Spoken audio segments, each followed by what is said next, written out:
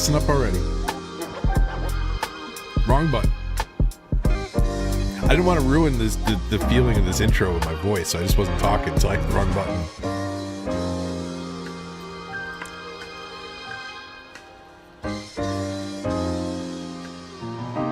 Yeah, I thought this was a good little jam to get us going.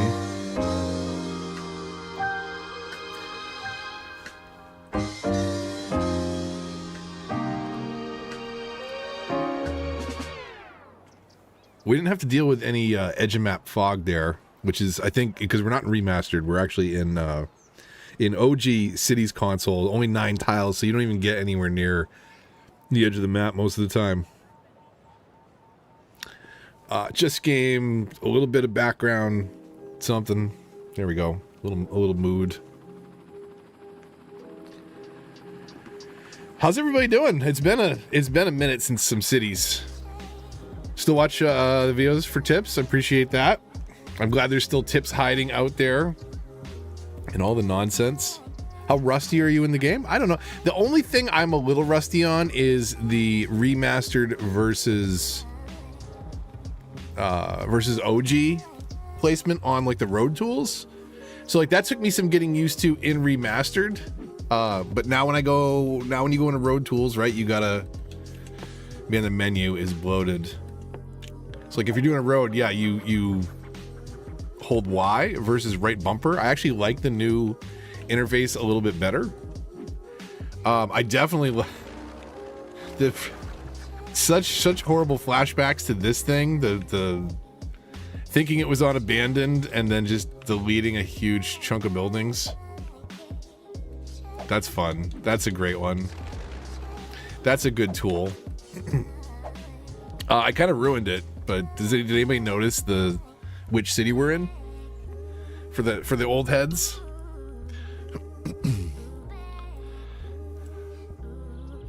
I'm pretty sure it said it on the screen here for a minute. No rewinding. You can tell from the cinematics. I feel like this one's kind of a gimme if you watch the builds. Like there's a very distinctive feature in this one that I don't feel was mimicked well in other maps, and I definitely want to round this one out a little bit. That's why I had this one. That's why I had this one loaded up. Actually, I was kind of surprised I didn't have any major issues, but I'm glad to see that it booted up okay. I hadn't touched the OG cities in so long, but it's the only place I have any real builds except for what do I have on remastered? I have Meander and a couple things that I like started to mess around with on Infinite Money and I don't care about, and a city that I can't show you because it was pre-release. Which, by the way, how is everybody doing with Cities 2? Considering that a lot of people, I mean, like, okay, half the subscribers for Cities, like the big push for Cities, were console players. The other half were, lightly modded PC players, maybe. They're out there. Some of them play on Mac. Hey, Rich. But wherever they might be, whatever they're playing on, I don't think we're getting Cities 2 on console, I'll be honest. And I'll go into detail on that tonight. But I don't think we're going to get it, period. Like, full stop. Not a thing that's coming. But what do I know? I don't know. They haven't talked to me since potato mode. I wonder why. They'll probably tell you it's because I put the CEO in a meme in my response. But honestly, like, if that's what it is, then fine. So be it. I love the little bust. I don't like what the camera's doing, but I do love that little build right there. The little stretch of highway prevents walking, and then you have the gate that forces them through. Yeah, remastered is okay. It still has things I wish that we could change or update. Okay, we'll get into it, right? Cities 2 is still sitting very much at a mixed. I don't know any creators, one that are, I think, particularly into it, but I mean, some of them are. I guess some of them are. But, like, the community in general is not. Like, there's still more people playing Cities 1 than there are Cities 2. That's a serious problem 2 years, coming up on 2 years after launch. year and a half. You know, like what are they doing? So somebody correct me if I'm wrong. Have they announced anything beyond what was promised at launch? I don't believe so. I haven't seen any fires yet, but we're not looking for them, so it's not Santa Rico.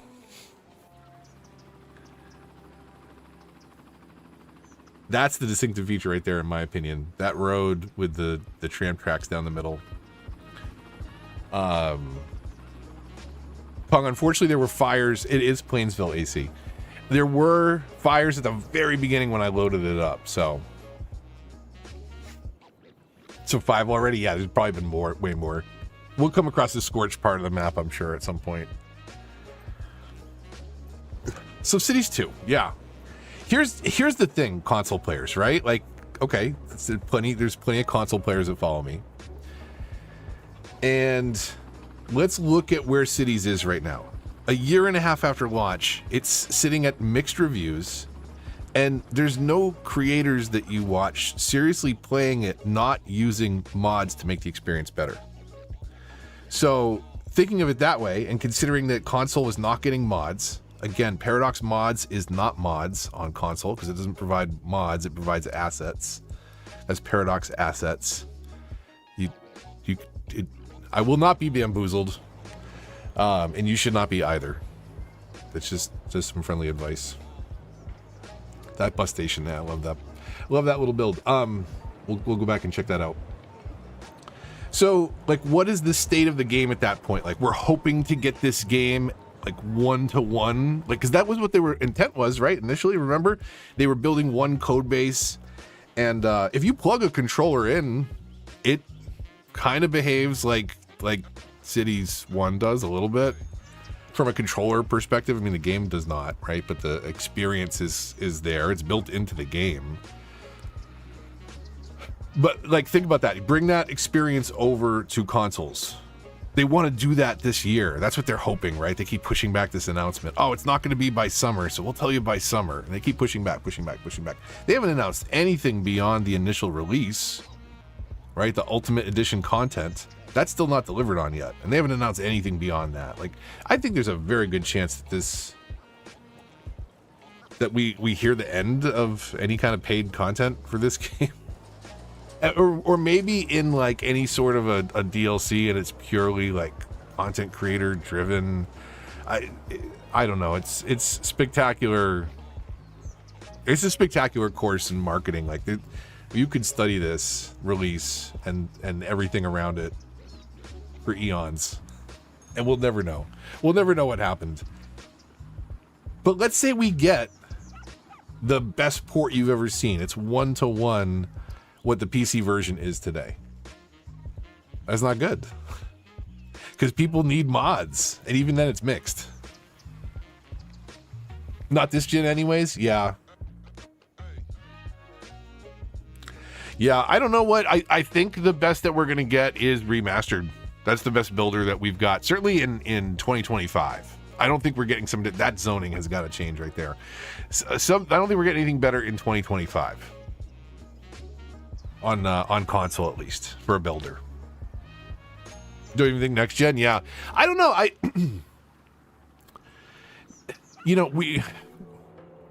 It's not really political. It's depressing, if anything.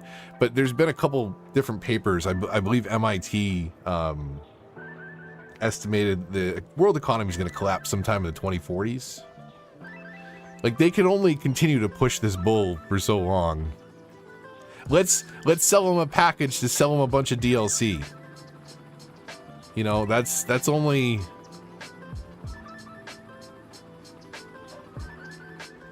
Wait, are you serious? Kong, are you seriously? Kong, that's not a serious question, right? You're trolling me. Wait, is CS2 not on console? Because I see it on Game Pass? No, it's not on console. You don't think you would have heard? Shadow dropped right now to make me look like an asshole. I'll take it. I'll be fine. I'm okay with that. It's all right. Do it. Do it. Do it. Oh, man. So, yeah, so I mean, like, let's say we get that one-to-one experience, right? What is that? It's a broken experience that we cannot fix with modding. Drop it like Oblivion. I mean, they have been getting a little quicker with some of their drops, but that's usually a bad sign because they love to promote the hell out of that stuff way in advance and dangle people from the sky while they draw dicks. But, you know, they don't always pan out. So maybe, like, sometimes dropping it just because is a better plan sometimes when you don't have a good plan. PC has it, yeah. It's been on Game Pass since launch, and I'm pretty sure whatever they negotiated, I'm sure would have been part of expecting an Xbox release at launch. I mean, they were like, I mean, I've been public about it. It shouldn't be an issue. Like, they were telling me, like, hey, you're gonna have a console build in time for that series that everybody recorded of 3 episodes, and then it wasn't ready.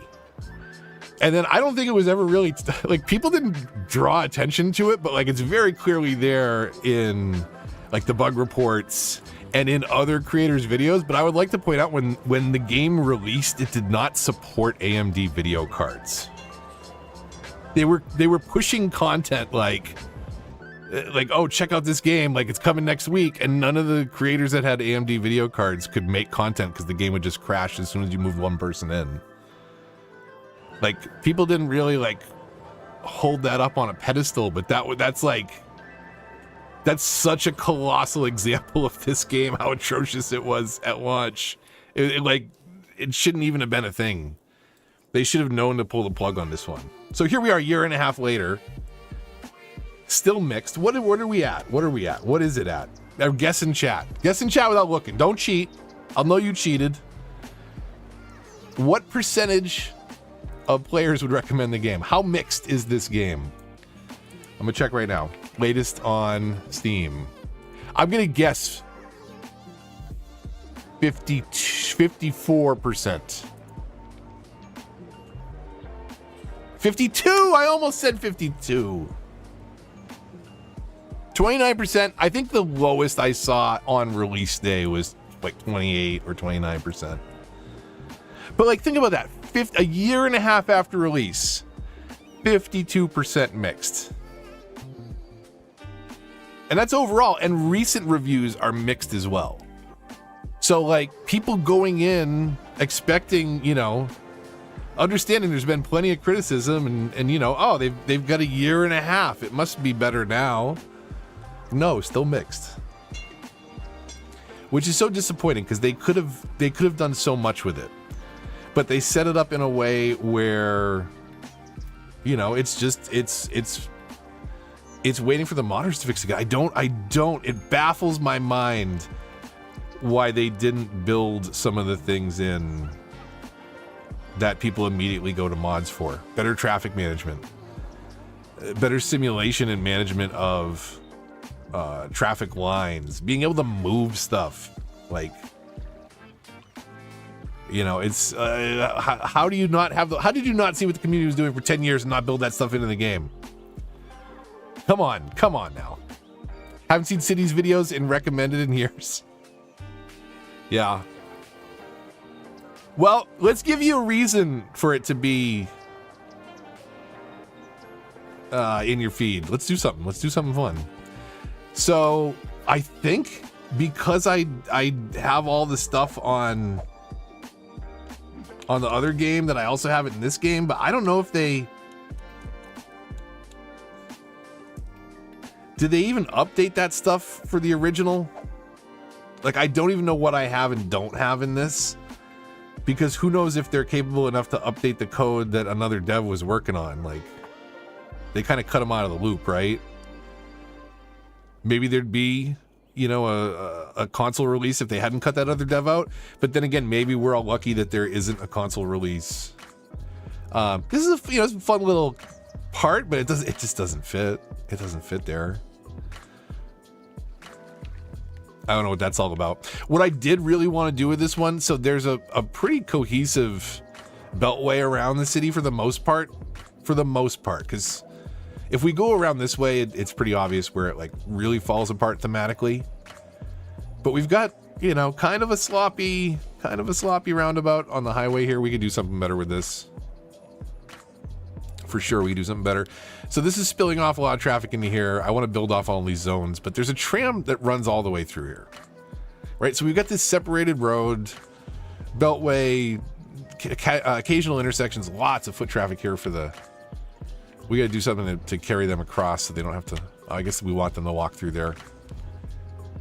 But this split highway, right, it goes all the way through here. Tram comes through. But it breaks up over here. Because what happens is like... And I don't know why I did this. Essentially, this comes to an end at the roundabout. This tram turns around underground here.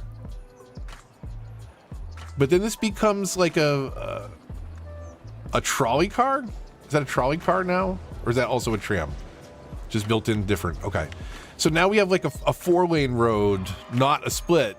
And it just completely changes what's happening on that side. I kind of want to rebuild that. And I also want to connect this up. So where this is kind of like a crossroads for the town, connecting that other, the beltways, this doesn't really connect through to over here. And I thought that would be good to connect it through. And I kind of want to hammer out all these different little districts, make it blend together a lot better. Because it's a little rough on the eyes going back. And I know things that I would do better now. So those are some of the things that I want to start fixing up. I don't know. Thoughts? Heard trolley bells. Yeah, I haven't seen cities videos recommended. Like I go chase out content from time to time just to see what people are up to. But yeah, it's not in my recommended because I'm not watching it, you know? It's amazing what a bad release can do even to excitement for its predecessor. It's honestly remarkable. A bad game can suck the air out of the whole franchise at once.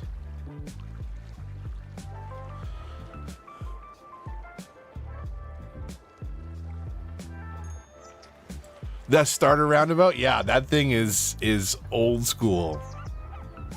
I did throw at least a little bit of there's a little bit of mass transit in it because the lanes switch from 2 to 3, forcing a little bit of filtering, but like it doesn't need to be that big. It could be, we could do something a lot more creative here for sure. And we've got the room for it. Like we could definitely do something better than this.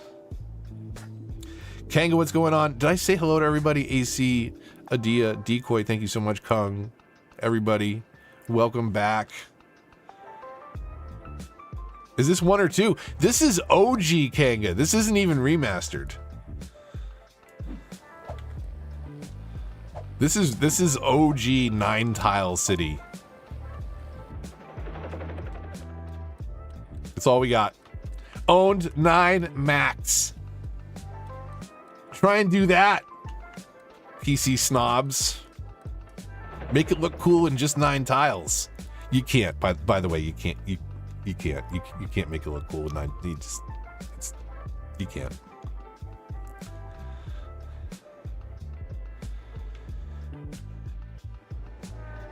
Yeah, this needs to be done a lot better. There's a hotel in the middle of downtown. There's no stepping here. We got to fire somewhere. Okay, here we go. Here we go. Hey, welcome back. Hey, welcome back. Hold on a sec. I still got a button for this. Oh, that's hot. That's hot. Memories. Huh? I'm gonna bring you back for a second. Brings me back. Horrible, horrible memories.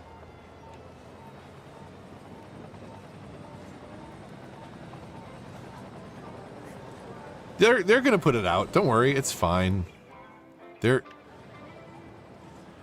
do have multiple helicopters responding and fire trucks on the ground. It still kills me that like some of them are just like, I can't be bothered. I put my fire out. Good luck, guys. Like, why Is that how the AI is programmed to work?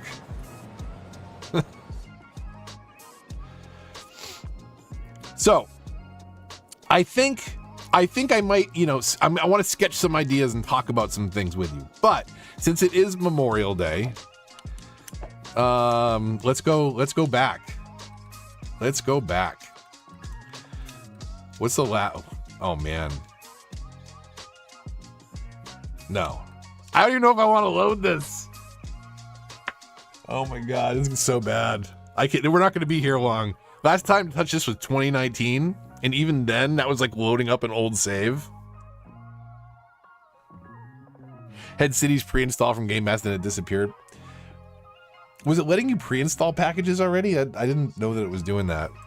I assumed if it was that far, I might have got my hands on it, but oh my god, don't look at it.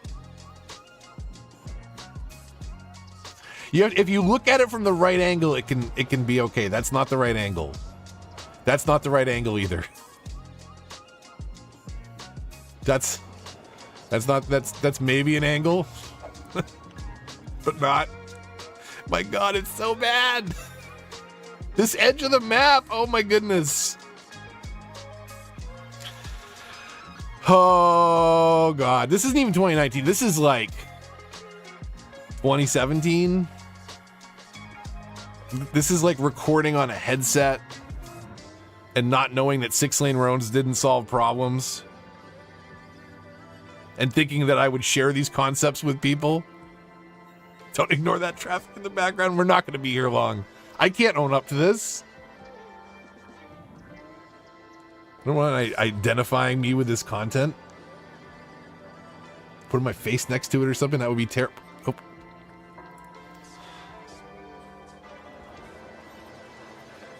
So bad. It's so bad. I'm just waiting for like one cool camera angle. Patrick, what's up? Welcome back. I'm honestly like I'm at that point now where I think I'm resigned that we're not going to get a CS2 on console anytime soon, and the one that is on PC is just So I think I'm going to go try and scrape what I can out of some builds. So there will definitely be some content coming soon, but lots of other stuff. But I've got an itch to scratch because I'm really curious about the state of this game. I don't think we're going to get, if anything, I think we get bad news soon. That would be my guess. Oh, it's so atrocious. It's so atrocious. Here I am critiquing the game, and look at what I have to offer. It's so bad. First cities were a hot mess. I think this is like my second, technically. Like, if you ignore the giant bump in the highway over there, like that's not terrible. That's bad. Like, what happened to the city? It just dies. I wonder where the edge of the tile is. Can anyone guess where the edge of the tile is? Okay. Oh my god, no. Zoom it. Don't look. Here, look at this. Look at this trash heap. It's better looking than the rest of my city. Okay, load. Oh. Rip to so many people. Is this the one? Is this the one? I only have one save of this. Please don't corrupt. Please do not corrupt.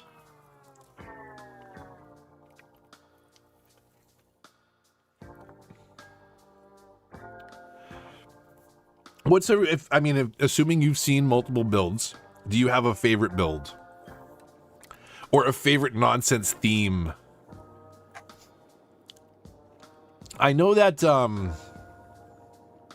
there's some extremely old references over here. Is the school? Did we rename the school? No, we didn't rename the district. So there was so much destruction. Do I not have the destroyed version still? Or did I repair it? If I only have this one, then I repaired it.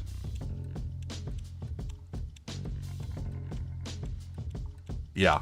Okay, I repaired it. We climbed back out of that hellhole. The snow theme map, yeah, that was Winterfell. We'll hit that very soon. Like there was some inspiration here. Like this idea, this viewpoint was like my idea of seeing like 2- and 3-story townhouses in Malden and Medford growing up around Boston, and like, yeah, the houses are 2 or 3 stories, and the ones over there on the horizon are, you know, are 40. But it's like it's just like a straight jump. It's the other side of the highway.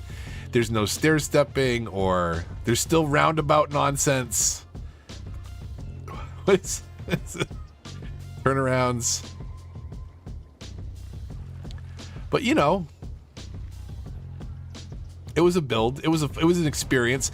The space elevator bugs me so much. It's the line just going to the sky. Okay, let's see how atrocious cinematic camera is to us. The prison. This one, what was this? Green Cities? This was a Green Cities release on console. And then there was a very short-lived season 3. Santa Rica. What is it named now? Santa Rica. What was it? Santa Rico? It was automatically named by the game. And a lot of people call that out, that it's not gendered correctly. So it's now been renamed Santa Rica, but it was initially Santa Rico. Incorrectly, but again, auto-named by the game. I just took it. Hanu was a favorite. Swampscott was your series. Okay, what AC? I feel like you know these better than I do, but like taglines. Swampscott, it's better than it sounds. That sounds familiar. I'm just getting all sidetracked here. The short-lived season 3 is when natural disasters came out. We blew the hell out of this place, including that meteor that hit directly on the bunker that we had just evacuated everyone to. That was one of the saddest days in my City Skylines career. Legit, like, okay, we're doing the responsible thing. We're getting everybody to the shelter, and then it just got directly impacted by a meteor. And just everybody that died that was in there. Instant dust. So, yeah, see, that was rough. So Swampscott had the... Swampscott was... It's better than it sounds. I feel like Rosewood was the greenest city that you've ever seen on my channel, at least. The greenest city that you've ever seen. What the hell else was there? I feel like there was others. That shelter hit, yeah, that was, I mean, I was cranking out episodes too. I feel like that was was Santa Rica, I know I struggle to say it right because I forget if I'm correcting it or saying the original name, but was it, I feel like it was like a 1-a-day Let's Play for like a month straight. Portsmouth was your first one? Nice. Portsmouth is really near and dear to me because I spent a lot of time like finding the assets and building the map out. Like that was done with legit terrain of the Portsmouth area when it was much easier to do that. That was a really, really fun build that I wish I had more time to complete, and I wish I had backed up better. Part of the problem with modding, what are those people doing in the middle of the road? Just standing there, slowing cars down. One of the downsides of modding, like it just can be so, it can be so tricky to maintain across new builds, and like they've built mods that have better systems for that now. I am realizing, like I'm starting to realize that this is OG because the textures never load. It's remastered, but the textures never pop in. Is essentially what it is. Portsmouth was PC, yes. It was one of the few PC builds that I did. That is the town my wife was working in when we met back in 2011. And so we were around there a fair amount, and it's a really cool city, and I just got inspired to build it one day, and that became a season. That was a fun one. Still play CS1 more than 2? You and a majority of the community, Patrick. You are not by any means. Let's get official stats. SteamDB, CS1. No, not. I forget. Counter-Strike. Yes, I know. Cities 1. 6,700 in game.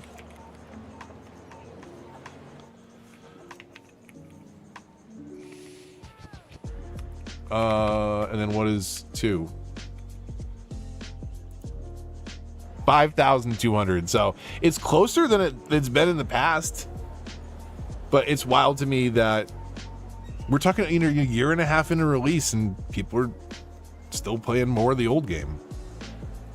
It says an awful lot about what you did with that new game. Like for example, I've been streaming a lot and it's been absolutely killing my channel, but like I'm doing what I want to do. 6-lane like roundabout there basically. What the absolute hell, mouse. But I'm just like, I'm doing it to have fun. This is not my job. Like it is their job to put out a good game.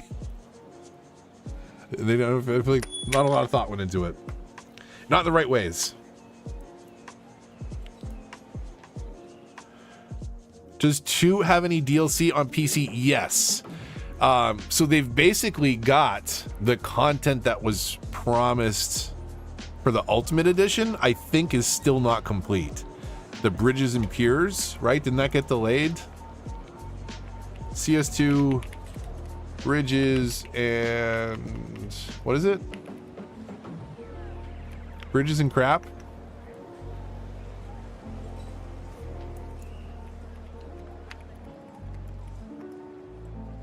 Bridges and Ports? Coming Q2 2025. So like they haven't finished all the stuff from this, right? One of the best fiascos, which I hope we will never forget, and we will, because even I am forgetting the name of the freaking DLC. It was the Beaches DLC. One of the worst rated things ever on Steam. One of the laziest, just grab some assets and shovel them out. I had a quick little pop there, I think. Hopefully we're okay. Second I start to talk ill. Actually, no, I haven't stopped probably. But no, that was like one of the worst reviewed things ever, that Beaches DLC. And what do they do? Oh my God, the traffic. How can I talk seriously about critiquing this game when this is what I put together in the background? Don't look for context. I've gotten better. I know it's wrong.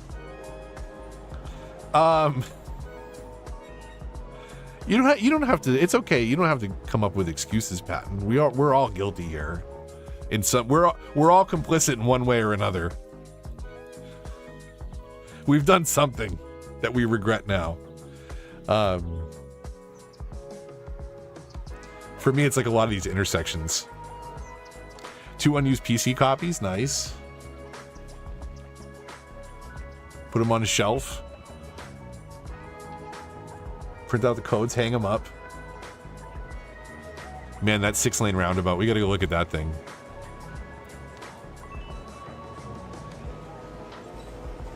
This is an old save, okay? We're great builders now. Yeah, exactly.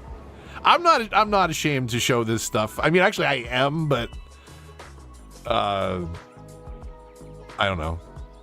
Whatever. We can there it is! There it is! Edge of map fog. We missed you. We missed you. Okay. So yeah, okay, so they shoveled that Beaches, right? Worst DLC, what do? Let's build it into the game for free so that the DLC no longer exists. Let's bury it. Let's murder it and bury it. And hide it in the game code and pretend it never happened. That we didn't release a horribly mixed game and then shovel out a horribly mixed thing on top of that as our first step to fixing said mixed thing. Crazy to me. It's wild. So this is Santa Rica. So many people were lost. There are memorials to Santa Rica in multiple other cities. Some very big builds in some of them, actually. Because I think this was a city that was very near and dear to our hearts.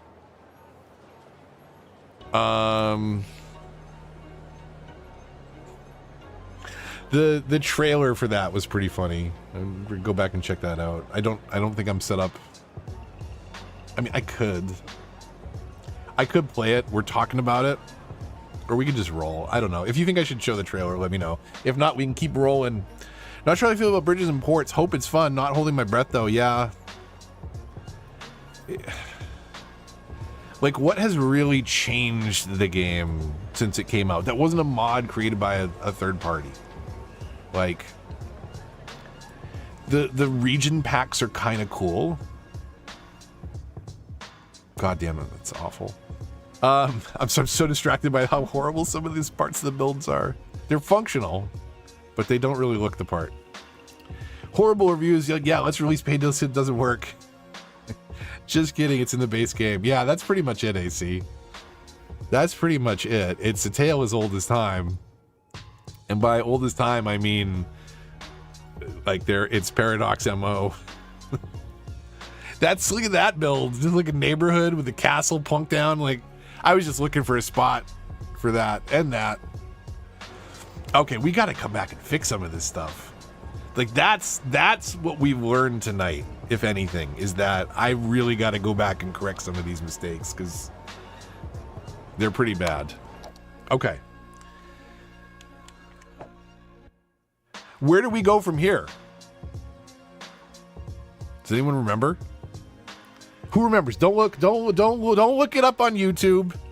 Who remembers where we went from here? It was a very cool step for the channel, the next build.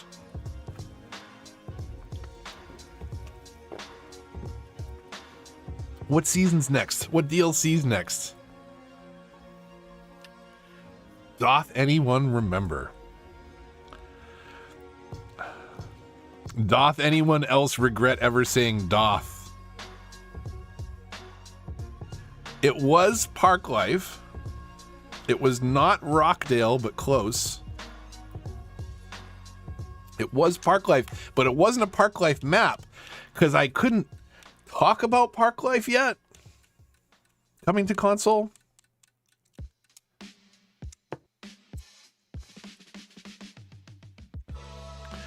Was regrettable.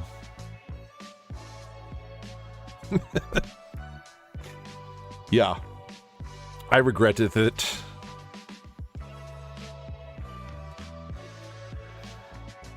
Okay, so Springdale. I started working on Springdale.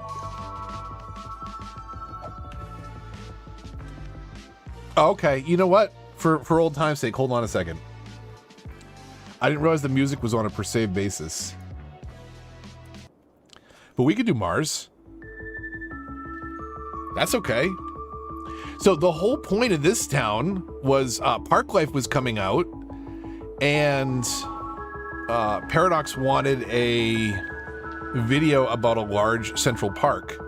And for perspective, I think I showed it in the video. Is it a monument? It's a unique building. It's like level 4? Level 5? Level 6? Level 6? Like, look at the size of the Central Park object, right? That tiny little square, like, it fits. It fits very easily inside of this. So, I basically built this out to have a giant city. It doesn't look the best, like, from the edge of the map. Like, it's stupid. It just cuts off. But the whole point of this was to have a build that you could kind of like be down here and it would look the part, you know? It would look like a giant metropolis with a park in it. These guys still, okay? Like, how many things are wrong with this board?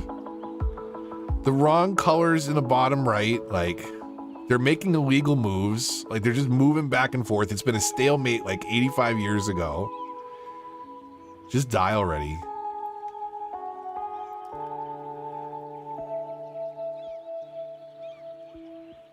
The this music is the Mars Radio, which is the Surviving Mars soundtrack. And I never really gave that a shot. I feel like I got into like the first 45 minutes of gameplay. And I might have gotten keys for like everything on the PC version. I still mean to go back. It's in the backlog. But this was, I don't know, this came out okay. Like, there's only so much you can do with the... Actually, you know what? We could do a lot more with the trees now, because I want to say the Mr. Mason trees don't ruin the ground. Do those... Right? They don't? Am I right? They are not as lush on the OG console version, but yeah, they don't ruin the ground the same, which is nice. But do we have anything? I don't know. This is the other thing too, right? Like, it kills me. It really kills me sometimes. You put this out, right? Like, okay, somebody play test this, and they say, okay, yeah, I can put the trees down. Can you put a bunch of trees down at once? Oh yeah, I can press the button to do a bunch of trees at once. What's the button to rotate the tree? Huh? What do you mean? Like, no one thought to ask a person that plays the game if they copied the right features over, you know? So what did Springdale had? It was really all about that. This park loved to catch fire for whatever reason. Oh, now I remember. This park loved to catch fire because when this came out, fire departments couldn't go up these paths. You had to give them like road access for them to be able to put stuff out. And it didn't matter if you had helicopters, because they didn't service the parks either. So the thing's just burnt up. I'm pretty sure in my season 4 like recap music video that I usually do, there's a breakdown and like the park on fire during said breakdown. Save the piggy train, yeah. Well, the piggy train now won't burst into fire like it used to. That's nice. Kids are enjoying it. Low textures and all. It's a pretty chill space. I really do like, this is one thing that is another big missed feature in CS2. Like, why is this capability not in CS2? So many PC players would ask, and Switch players as well. Sorry, Switch players, you don't have any option. Like, PC players could grab a mod, but this is actually a pretty smooth way to do it. And when you combine it with console camera controls, and you know, we can slow the people down or we can speed them up, but like, it has a really cool look. And a lot of PC players would ask in the comments like, oh, how do you do that? How do you get down on foot and become a cougar or become a mascot? Like, oh, if you're on PC, no, you don't do that. Or maybe there's a mod and it's really janky. But like, how do you build a game? I mean, this was developed by another team, so I guess I understand it. But like, how do you add features like this in and not think like, oh, that's part of the experience that I want in a 2? And in so many ways, like, it's a de-evolution of the experience. Want to be a cougar? Exactly. Cougar and cause havoc. I don't think we can be the cougar in this. Oh, never mind. I take it back. There she is. There she is. She survived the shelling and the spawning of a car. No big deal. She roams the park here. Walk around feature is so much fun. Yeah. The fact that it's console exclusive is kind of wild. Yeah, and not on Switch. Sorry to knock Switch, but they really got the short end of the stick on that. Like, oh yeah, by the way, we're only releasing Snowfall. That's it. You can have snow map or no snow map. That's your DLC.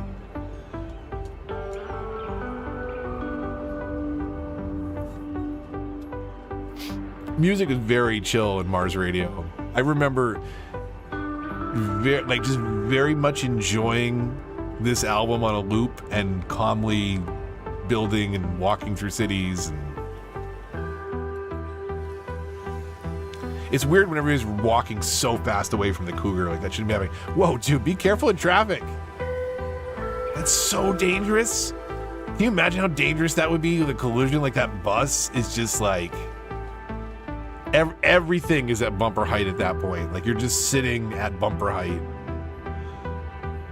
Yeah, nothing to see here. It's cool. I wouldn't worry about anything. Totally fine. It can just jump walls too. Scale them with ease. What's up, Sin?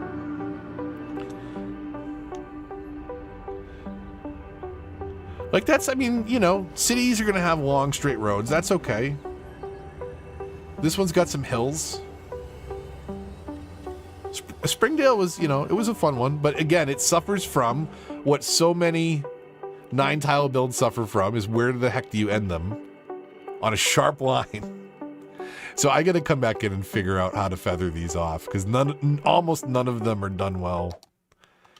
Okay. After Springdale season 4, Kung, I think you said this was one of your favorites. Let's go back. I'll make sure I don't have double music playing.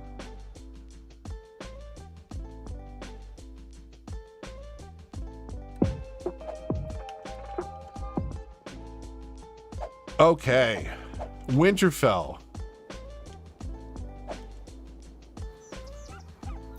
One of the guys that did like the compilation, you know, like, oh, check out these 10 builds. Did like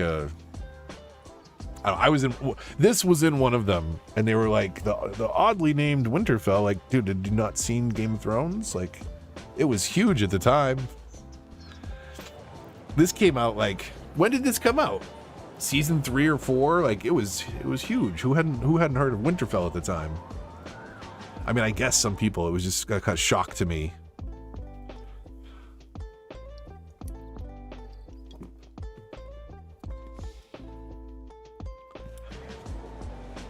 This is a fun build just because it's a different mechanic. Like, I do really appreciate that Cities 2 has that ability for the map to be both.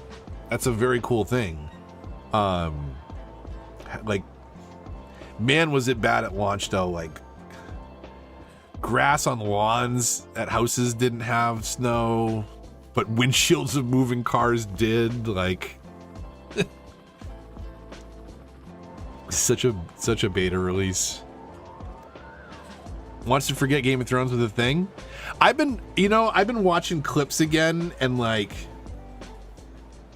because I watched a clip where I wanted to go back and see something, or I watched like a documentary of somebody did writing, you know, about how bad season 8 was, and I watched that. Now it's just like shoveling me algorithm again, and there's so many good moments that are just absolutely beaten to death with a stick by tearing apart all the plot points that made these characters amazing.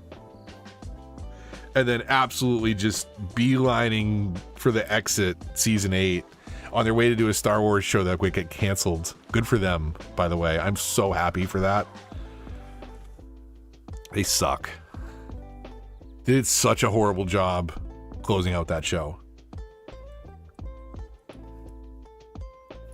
Time to rewatch the entire series? Are you talking about my Let's Plays or the Game of Thrones? Because I wouldn't recommend either, honestly, Kung. Book series still not complete, and it's probably honestly not going to be. He's nowhere near, I think he said recently.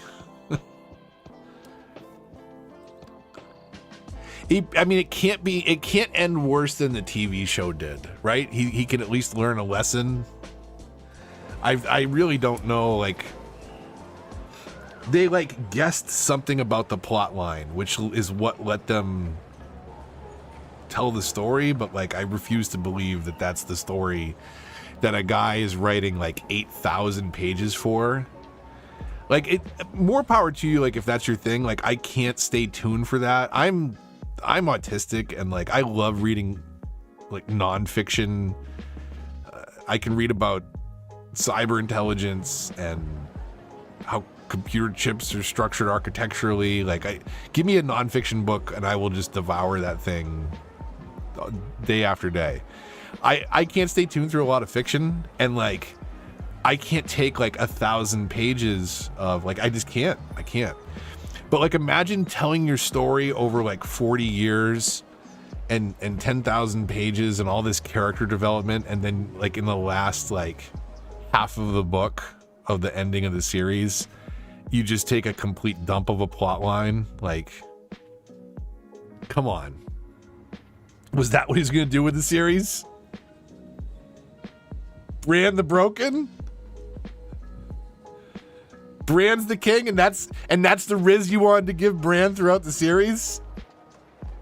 Let's break him in like episode 2. Does he fall to the tower in episode 1? Like, let's just destroy this kid very early on.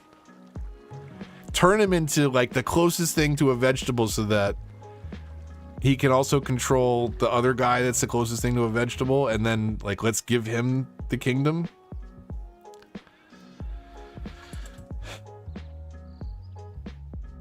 Let's do this amazing Daenerys plotline where she repeatedly is altruistic and frees slaves and sets them free, only to have them fight for her because that's the loyalty she commands with her respect and action.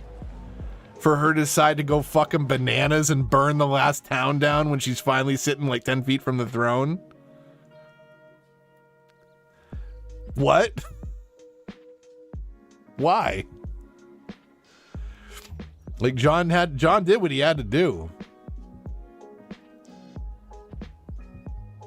It's unfortunate, but at that point we don't have a choice. So that's what this is. Winterfell, named after Game of Thrones. Hopefully that didn't tear open too many horrible memories. But anyways, as we know, I was saying, it shouldn't. It should bring back lots of good memories. And I'm just waiting for like a fan-edited season 8 AI-assisted fix. Somebody will be able to do it sooner or later. And it will be so good that HBO won't bother claiming it because it'll just reintroduce interest in the series. But there's so many good moments. Like the Hound is such an amazing character. And his whole development with both Sansa and Arya is just so good. There's a lot of interesting lines, but like, and you know, as much as I love Arya's plot line, like, why did she scream diving for the Night King? That's the stupidest thing that happened in the whole series. Dumber than Bolton waving around the sausage. Like, seriously, like, what were they thinking?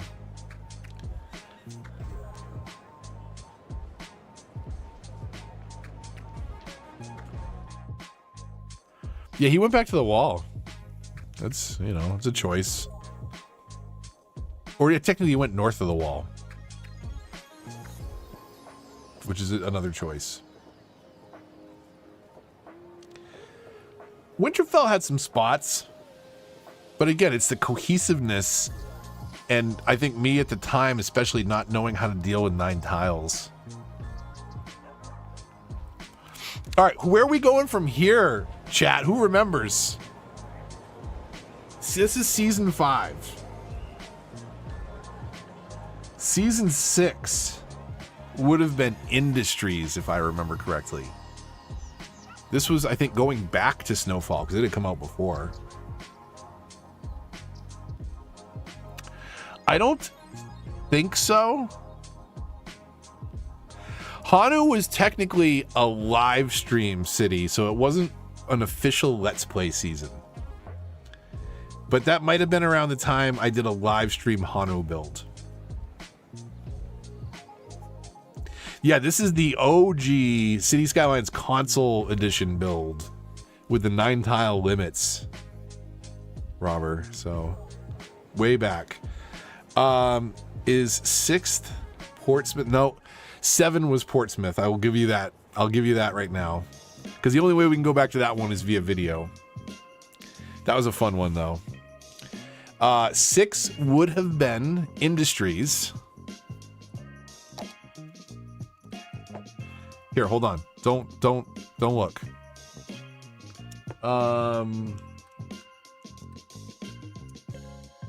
Here we go. Okay. So I'm not going to show you the name of it. I got to go into camera mode before I cut back over. Hanu's like season 12. That was so. Hanu was a live streamed console build on the Hanu map, which later became my second PC build, which was a season. But it was officially a live play, a live stream first. Cinematic camera. Okay, here we go.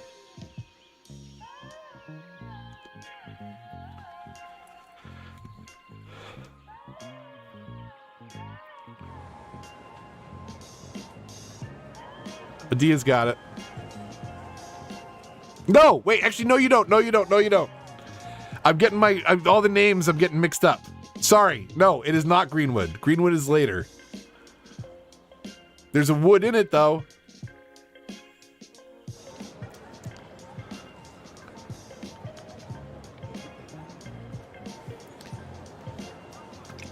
It's Woodgarden. Woodgarden. I don't know if this one had any kind of slogan.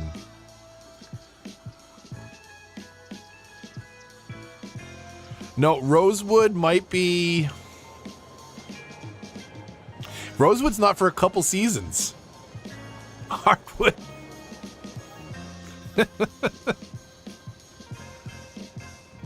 So this was the first one that we did Industries builds. Not Industries, but Industries DLC.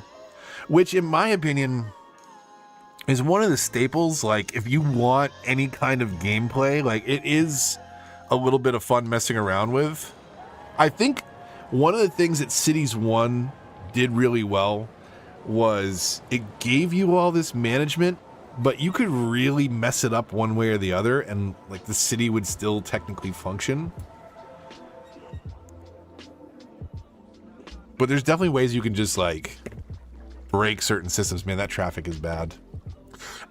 This is, by the way, like, this neighborhood structure and the main strip and the highway, that first exit that I work on is based on the town that I live in. So it's like, actual road structure is bad by design on purpose, because that is the highway exit near my house and the park.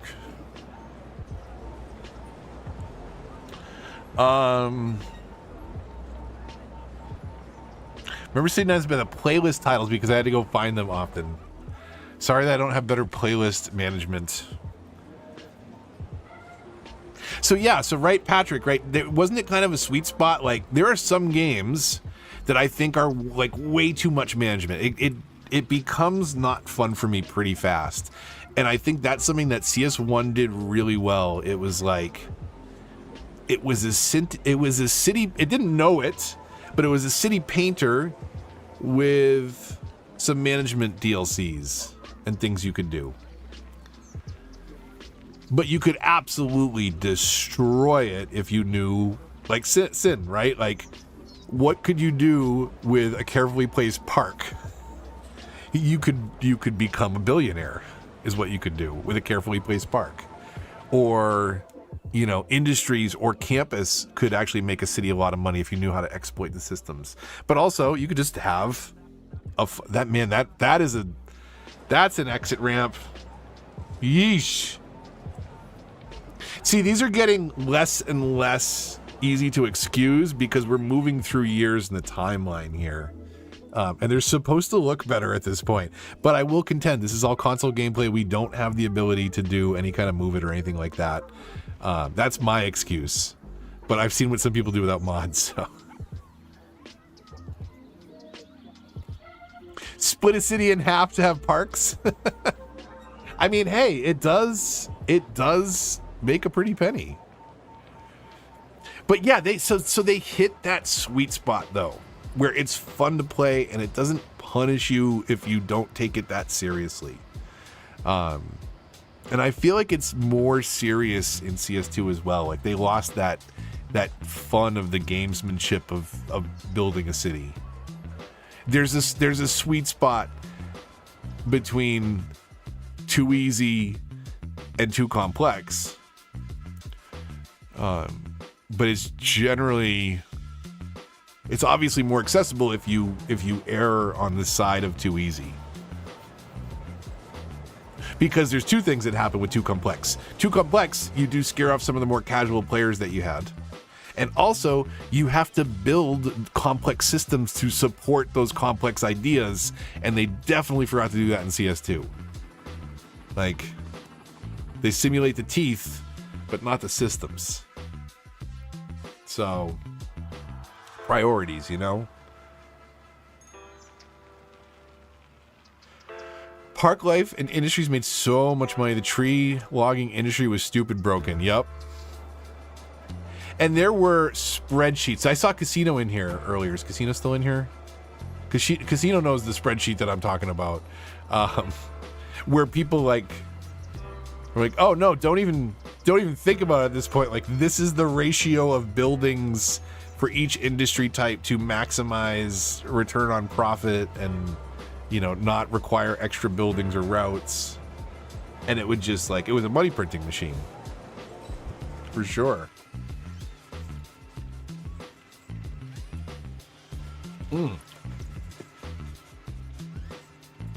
I'm trying to think if we have that. Could somebody City Skylines was not coming to console. No. Could somebody in the Discord see if I don't think I would have pinned it in industry. I'm sure it's in eggs. Sin, are you in Overcharge Eggs Discord? Because I'm sure that it must be referenced over there.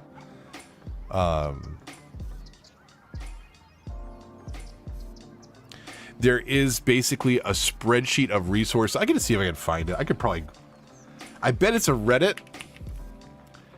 CS1 Industries ratio? No, that's the wrong. CS1 Industries. What the heck would it be? Somebody ping Casino. He knows. I bet you get the thing bookmarked. Yeah, it's not. That was the thinking Kung. It was on the old one. And when you say redid, I deleted it because I was undiagnosed bipolar at the time, going through an episode. Probably not a great idea. But, you know, hey. But I appreciate you both, AC and Kong, referring to it as me redoing it. But I'll come out and say it.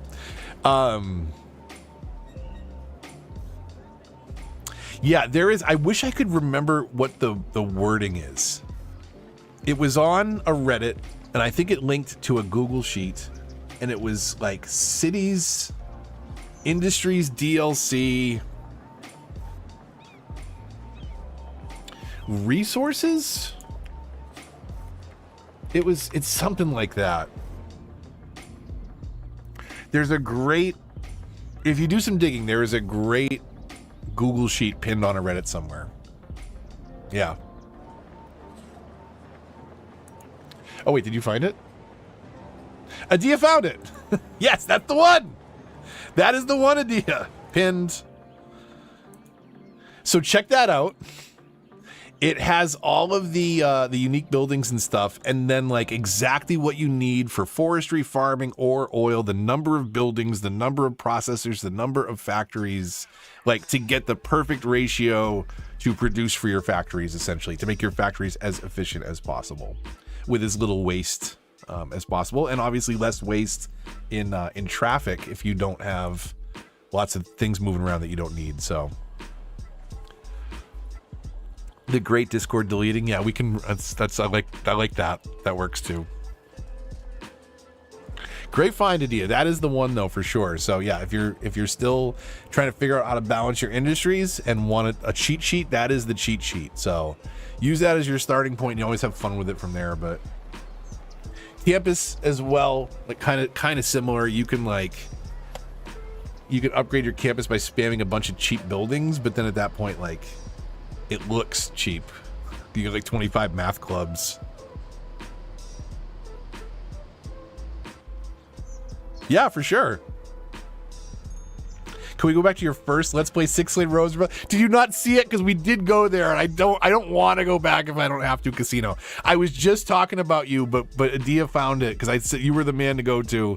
Someone was asking about, or I referenced it, and then people were asking, of course, about the spreadsheet for industries, but we were able to locate it. But no worries. We are on Woodgarden. We're just cinematic flying through all the cities.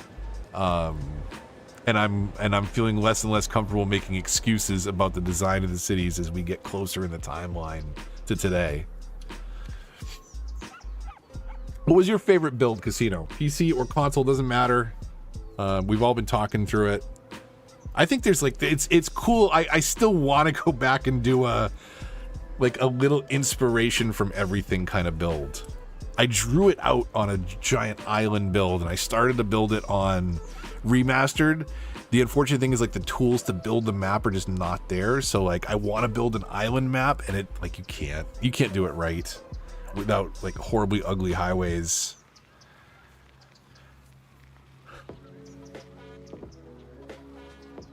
Highway alternating off ramps. Yeah, I did that a couple times. And it's a heavy industry build. That might have been the first one we loaded up. I didn't fly over there though, for sure.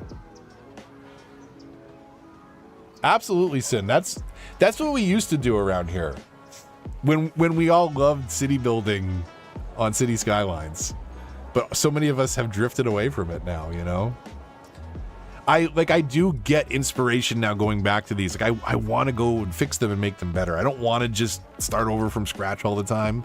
Some of these are beyond repair though, and would be fun to rebuild in remastered and feather off the edges a little bit better. But Let's Play 7 or 9, where you built your own map, and then 7. So that was Portsmouth. We were talking about that one before, and that is lost to the mod gods. That was 3 video cards ago. I think I might have still been on my 1060 at that point. 1060 died, and I replaced it with a 1660 Ti in the middle of that season. And that was a Windows 10 build. That was like 2 CPU. Was it 2 CPUs ago, or it was at least 1 CPU ago? Yeah, it was 2 CPU. No, 1 CPU ago. 1060, yeah, gross. But that was the thing. Like it was doing the job until it died.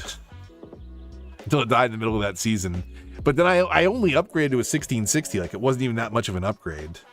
After that, 2070 Super, and then to the 3080 that I have today, which I would love to upgrade at some point, but not anytime soon. I'm like, I just don't need it. I don't care enough to play old games. Like I don't need to upgrade my 3080 to play Sea of Thieves and Halo, and Stardew Valley and City Skylines on a console that I'm currently just streaming over here, you know? 3090 is going to do great for a bit.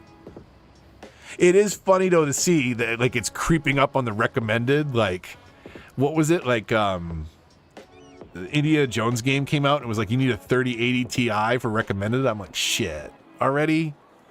We're already in this territory.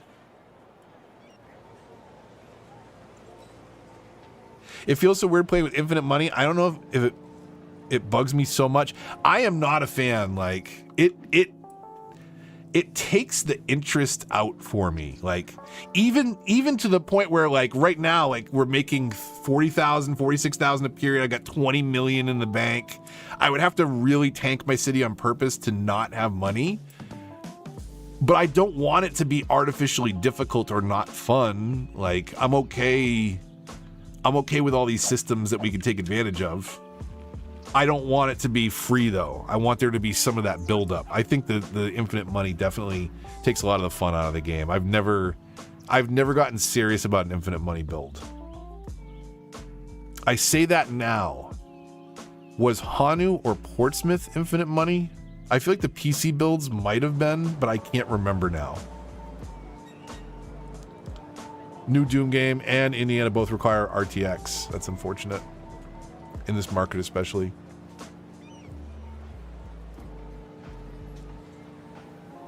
Yeah, Casino. I'm catching up on chat too, Kung, because Casino did say that first. LOL. Okay, this is Woodgarden. Is there anything that we specifically want to tour?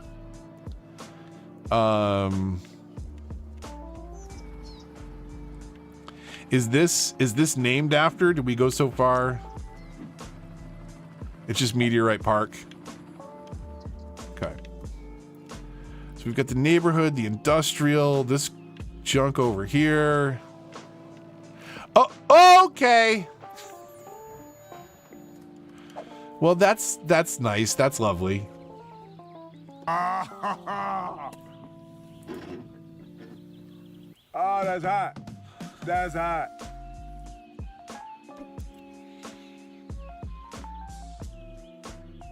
You know, Robert, that's one thing that I think could be really cool about CS2 is the ability to share saves. Like, that would be really cool, like to load up somebody's build, or, you know, to start from something if you didn't have the patience to build it from scratch. Like, even like somebody starting a nice infrastructure and then downloading that to work with, like, that could be really cool. Certified Mouse Stream, it's official now. Yeah, members, please drop the Elmos in the chat. You can become a member for as little as 99 cents to drop that fire emote. Oh my god. Unbelievable. Is it like, why do I people are messing with me. Like, I feel like people are messing with me because I hear from so many people like, why do your maps burn? Why do your maps burn like that? It's crazy. Like, you're all gaslighting me, right? Like, all of your maps burn like crazy like this all the time, right? And you're just messing with me? I don't get it.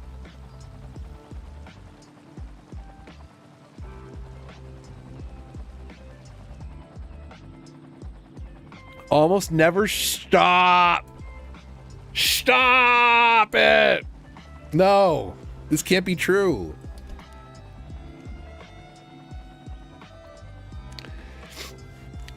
It's fine. Everything's fine. It's just a stadium about to go up. No big deal. They almost got this out. Look at that courtyard. Why wouldn't the fountain be charred at all? Isn't that kind of weird? That it's just perfectly clean brick.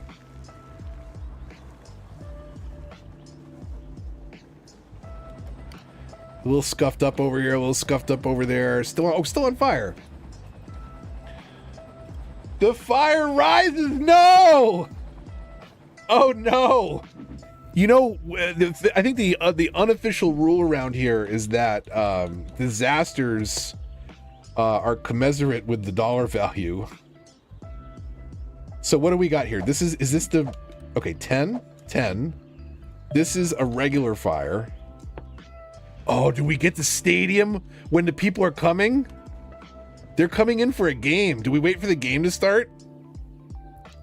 I'm gonna wait for the game to start, and we're gonna drop a fire right here. Okay.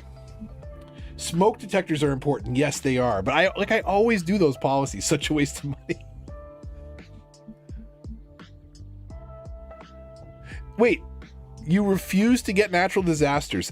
It's little things that blow my mind sometimes. So, like, what do you do with like a full dump? Or do you just go all recycle?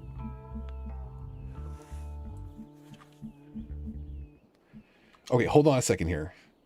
Were we on? I was on one-time speed, or was I paused? Get in there and go to the game already so that we can light the thing on fire. Come on now. Full recycle. Okay. Yeah, see, like I feel so spoiled with the natural disasters because like at first I sinkholed until somebody told me about collapse, and then for the most part I usually collapse full dumps. Occasionally I drop a pair of meteors on them instead, but that doesn't happen that often that I would recommend against the DLC. It's still a really useful feature. It's just unfortunate that there are meteor accidents from time to time. They're kind of unavoidable, honestly. Okay, I don't know if they're coming into the stadium or not, but okay. Let's the fires rise, so let's make this happen. You know what, let's get both stadiums. We'll do that, and we'll do over here. That's okay, that's a good fire. And then what is our other fire option? Is this a forest fire? Which we'll throw right here to keep the helicopters busy. Service has stated that there is a risk of an imminent forest there we go. fire in the area. Residents Sin, appreciate that, by the way. These These fires do indeed rise. They rise.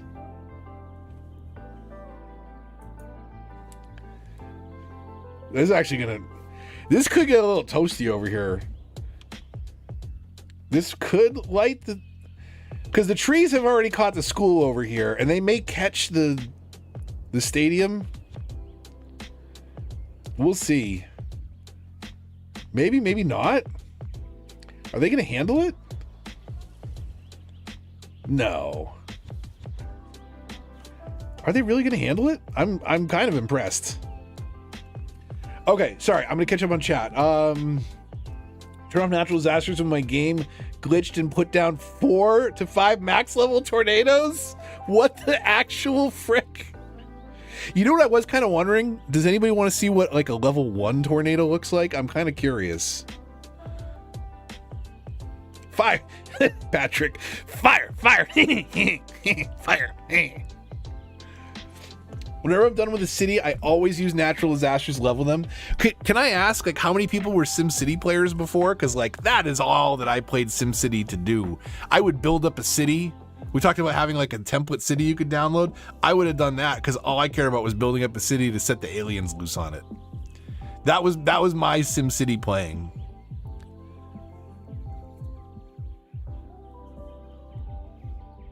It's a hot one, sports fans. Water's not only $20. Unfortunately, those bottles are melting plastic.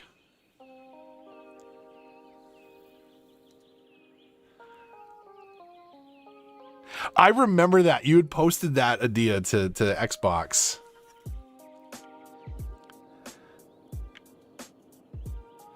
Well, that seems like they handled that really, really well. Like how would... I just want to make sure... I just want to make sure... Sin, you got your money's worth. So let's see what Franklin Heights does with a giant fire. A 10? Right smack in the middle?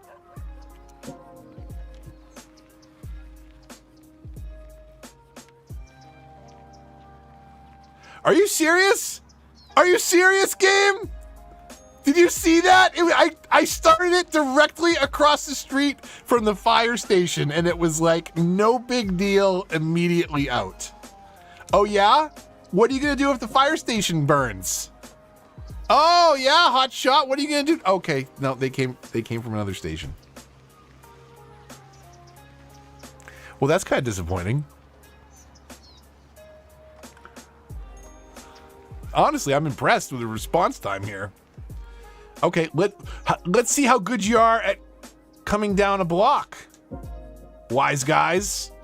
That should spread, right? No, that's not going to spread. What the heck, guys? If you're so good at putting out fires, how come I look away for 5 minutes and like the quarter of it's on flames? What are you doing? Okay, well... The Woodgarden University, I think I was starting to say about over here before we realized it was burned and then added more fire. Thank you very much. This was one of a 3-part where I went back when universities came out and built each of the different type of universities into existing maps.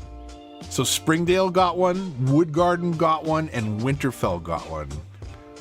I like this one. I thought this one was really good. It's off of a cloverleaf. We could probably stand to upgrade this. This is before I was doing intersection tutorials. Although, to be fair, this is a little bit better over here, but man, like, it doesn't matter what you do to traffic. They're gonna be stupid. They're gonna be stupid. You can do all kinds of things to try and help them. Well, that one guy was really slowing stuff down, but now they're just up here instead. Because one guy is gonna, I mean, it's, you know what? To be fair, it's realistic at least. One guy is gonna be a jerk. Just back the whole thing up. So yeah, so we had the Woodgarden University. We had this downtown monstrosity. This really awkward beltway around the outside. And then this other monstrosity of industrial nightmare over here. We have all the industries and all the factories somewhere on the map. This is kind of just a central depository. Console traffic is a test of patience indeed. We should have been looking at what we're at here. It's managed like fairly well, but there are spots that definitely need some improvements. I'm surprised that this doesn't hold up better, but this is slow because of just random people doing lane changes up here in the middle. Like why? It's really unfortunate that they're that stupid. Because the intersection itself should flow really well. There's not cars turning in front of other cars. But you can see how stupid they just rubber band up. You can't avoid it. Traffic Manager President or I won't play the game. It's a very unique challenge, honestly. Like, there is something sweet about 9 tiles and no mods. But you've got to make concessions, like the edge of your map is going to look like this. This is actually our water system. Intaking water directly across from sewage, by the way. Totally fine. Totally fine if you have the, what's the monument? Where is the monument? Right here. The Eden Project. This reduces pollution enough that it negates the effect of that little bit of pollution that happens from the Green City's sewage outlets. But don't tell the people this is the water they're paying for. Like, this is the water they're pooping out. This is the water they're drinking in. Should be fine. Don't worry, we processed it and turned a building on about 8 miles away. Should be fine.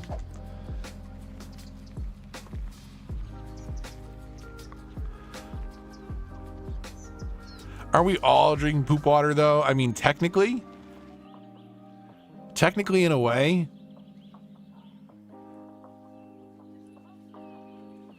I mean, depending on the concentration, you also may get giardia, but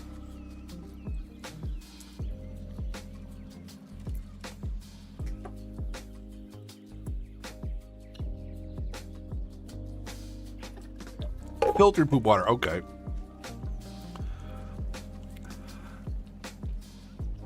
Seven minutes and counting. Oh no, we gotta go through the tour faster.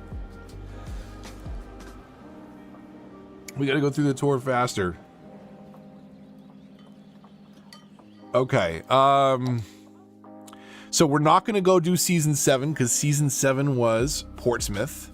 One of my favorite builds, but not one I can reload, unfortunately. So after that, Portsmouth, 8 would have been University. And I don't know if anyone remembers the reference.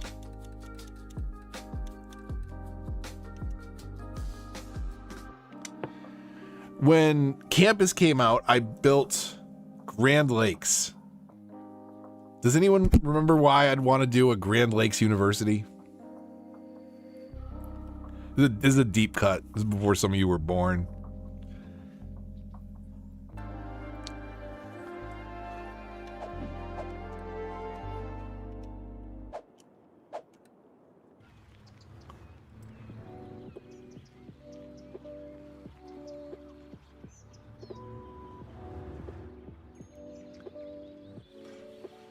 Not Animal House. Great idea, though. It is a movie reference. It is a comedy. It has a Grand Lakes University prominently featured in it. It's about an older gentleman who returns to his education.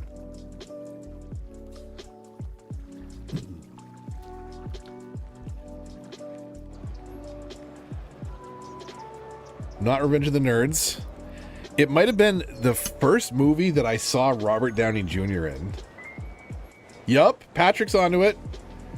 Dangerfield and Robert Downey Jr. Kurt Vonnegut. Yes, Back to School.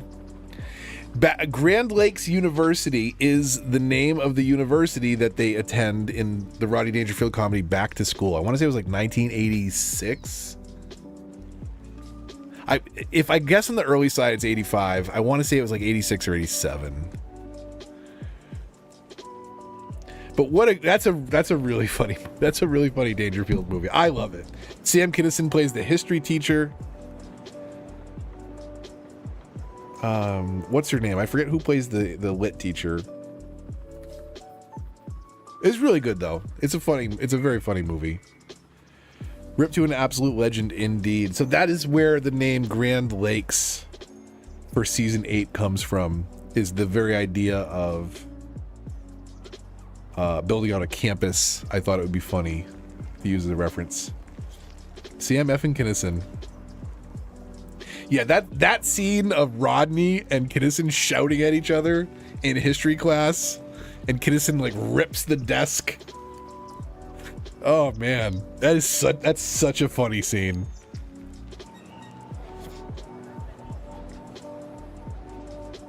I mean, you're talking about particularly dark history, but they both do an excellent job.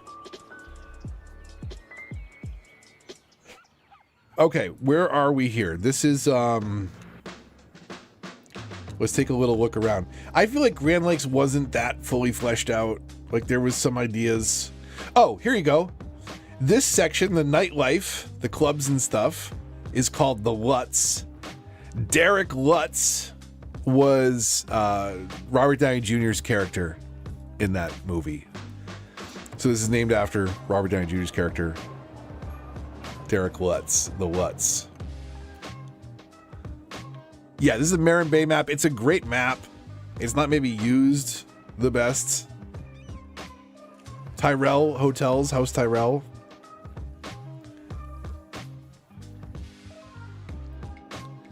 So, I don't know, there's some ideas. There's another ugly roundabout exit on the highway. Like, what the hell? Come on. This one, I'll be honest, this one was not well fleshed out. This was speeding to do something, and I didn't like how it was coming. And I ended up going back to build the universities. Like, look at this is shameful, honestly, that the idea behind this was the university, and I have this campus here, which is okay, but this is the sports complex? Really? This is what I did? This is what I did with it? Just threw it on the side of the map. Yeah, look at what you have to do with 9 tiles here to kind of like... You can kind of make it work. Yeah, 25 tiles on remastered is a game changer. It's still really frustrating though. Some of the maps and the aftermarket content packs don't fix it either all the time.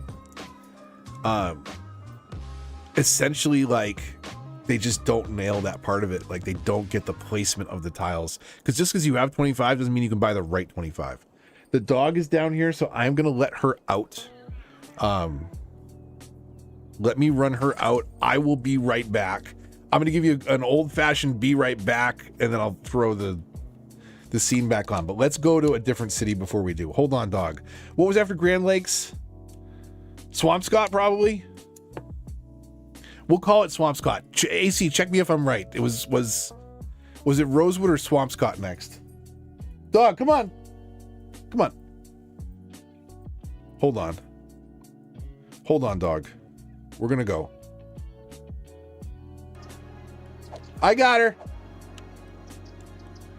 Oh, I got to cut the music, though.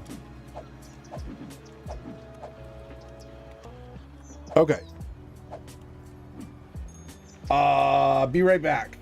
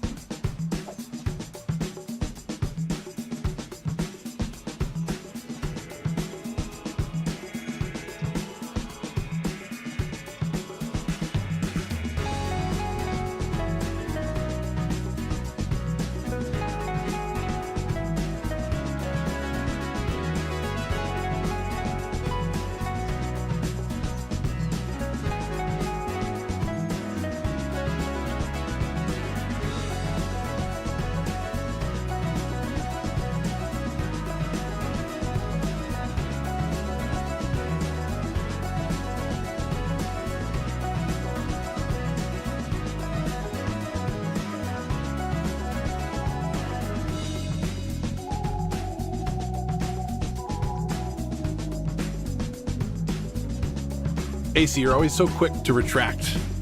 You don't have to retract. I know it's a timing thing. Also, it was totally fair to assume that I was unintentionally muted there. It was a good catch. Leftover White Claws from last 4th of July? I don't get the hype? Well, I'm going to tell you something. Some of the hype is reduced when it's kept in the can for 18 months.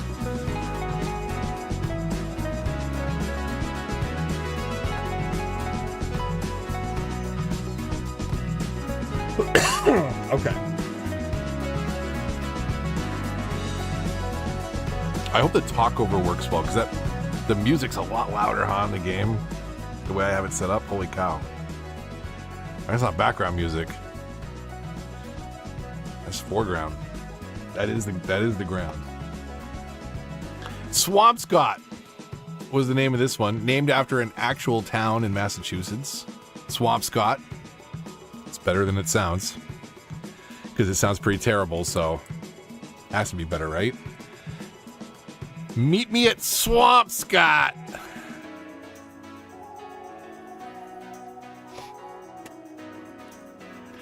I don't have I have a New England accent. If I make it a point to enunciate, I can speak pretty flatly. There's times when it comes out. I'm looking for, though, like, what's the most, here, I'm going to Google this. What's the most Massachusetts,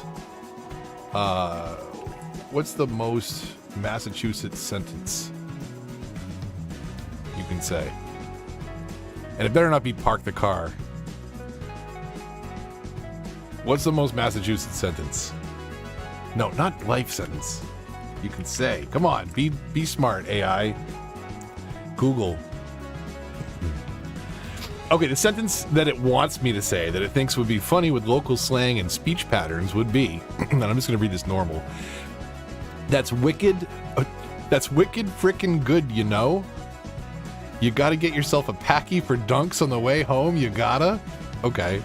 I'll throw it on for you, YouTube AI.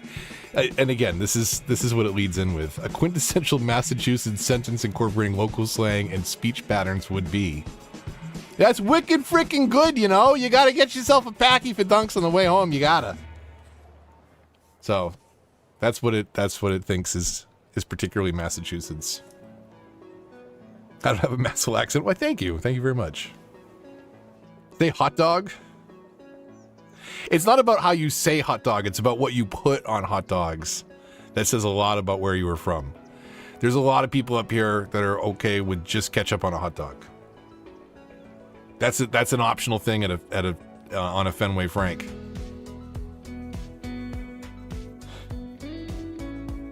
Like, seriously, like, people in Chicago just, like, they just flip their table over for no reason. Their wife's like, what the hell is wrong with you?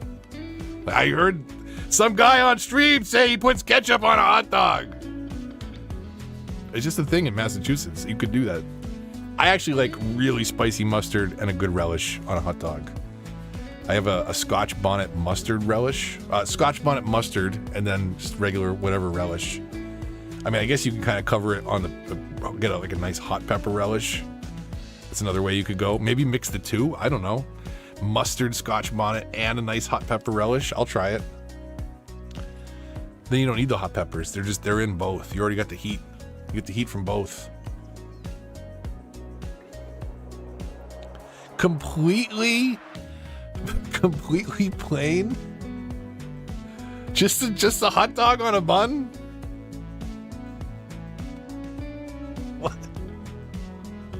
What? Okay. Sometimes you don't have a choice when you're like at a baseball game. But if you're eating a plain hot dog, I'm assuming you're at least like grilling it, maybe a little bit of butter in the pan. You're not just like throwing a hot dog in the microwave and saying like, that's good, I'm gonna have that. Boiling it, steaming it. Put it in a stew.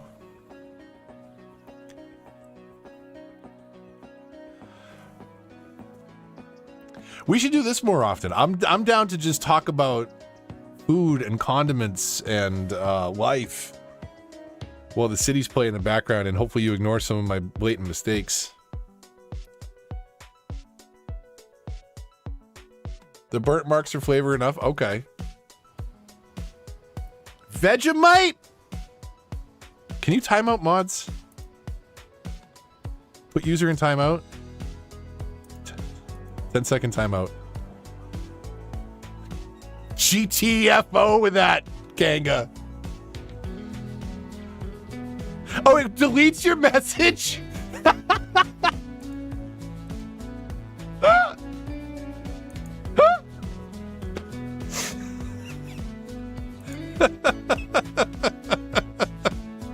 Kanga, come back. I hope your 10 seconds is over already. Oh my god. I just wanted to put you in timeout. I didn't want to delete the Vegemite from the record. Can I undelete?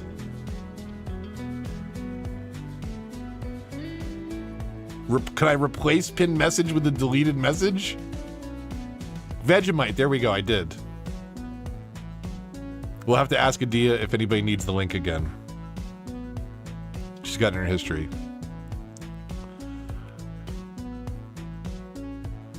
Vegemite forever. Vegemite is now on the banned words list. White Hots from Rochester.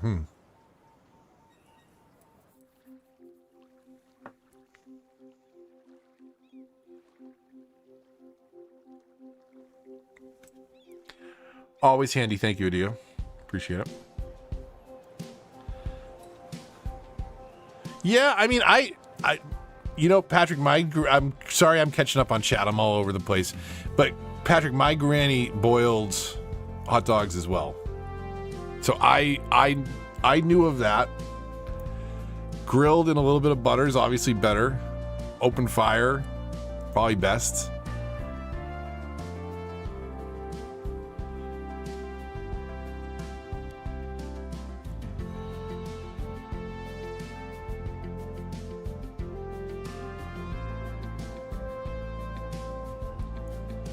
Wait, we can't say what? What's filtered?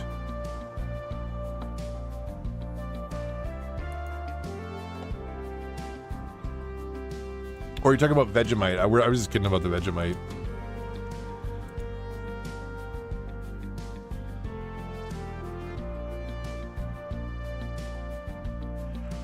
It goes from like a nice peaceful spot to like a horrible intersection. Yeah, no, Vegemite's totally fine. I was just kidding with Kanga when we timed her out. The pinned message for me also shows Kanga's icon like grayed out, which is even funnier to me. So stupid. I'm sorry. I don't know why.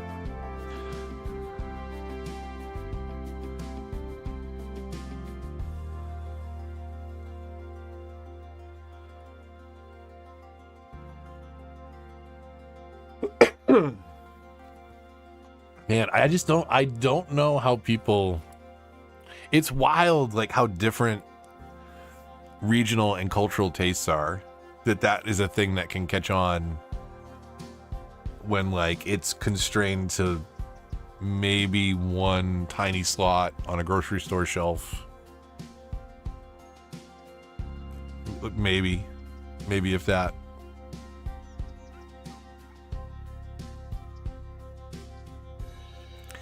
The Nar, or Nor. Or Nor, I timed her out.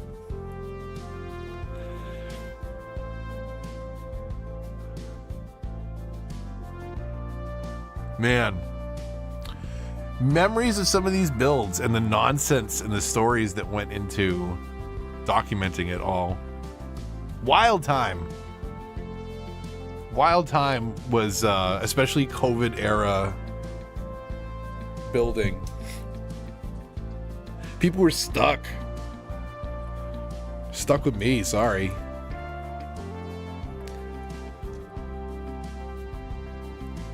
It's wild, like every once in a while I'll be like, oh, it's weird that because I'll just kind of, I'm kind of tuning it out, just letting it soak in the background, and every once in a while I'll like stare at it, I'm like, why aren't the textures loading? And then I realize it's like that is the difference in remastered, is a couple of buttons, sure, 25 tiles,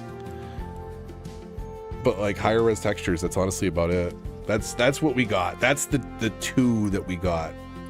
I still feel, and I've talked about it, but like, put yourself in in this scenario. You're a small creator. There's a lot of helicopters. Oh my God, we got to go check out that people soup down there. Where is that?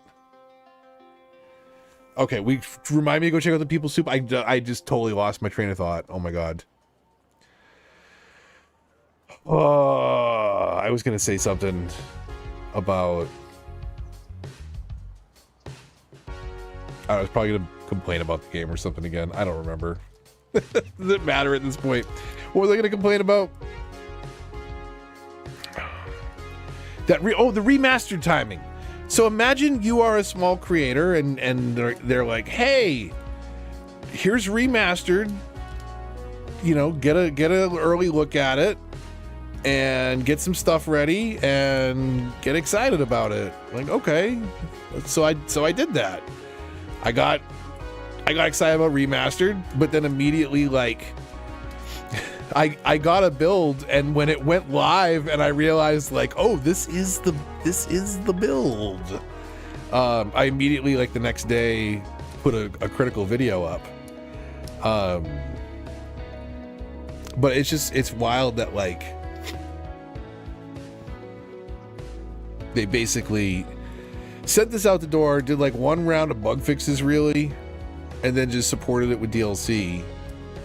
But the timing of the release was so offensive to me, because you get everybody excited about remastered. Some people can upgrade for free, some people can't, and you get that initial wave of people that buy into it. You know, I mean, some are just upgrading for free, and that's cool. Other people are like, oh, I will buy it again because it's an upgraded experience. And then less than a month later, like 2-3 weeks later, hey, Cities 2 is coming, by the way. What? You could have told me about that in the timing. Like, I would have been a little bit less excited. And I mean, that's the thing. I would have been less excited. I wouldn't have been as likely to push it out to my console community. And they needed to get it out the door immediately, whether it was ready or not, and it wasn't. In order to stay out in front and get some sales and generate some revenue ahead of the CS2 launch, because that's going to impact the interest in a remaster at that point. Like, oh, why would I buy the remaster with, you know, at that point, what, 6 months to release? I mean, some people might get excited about that and want to buy into it. And that's cool.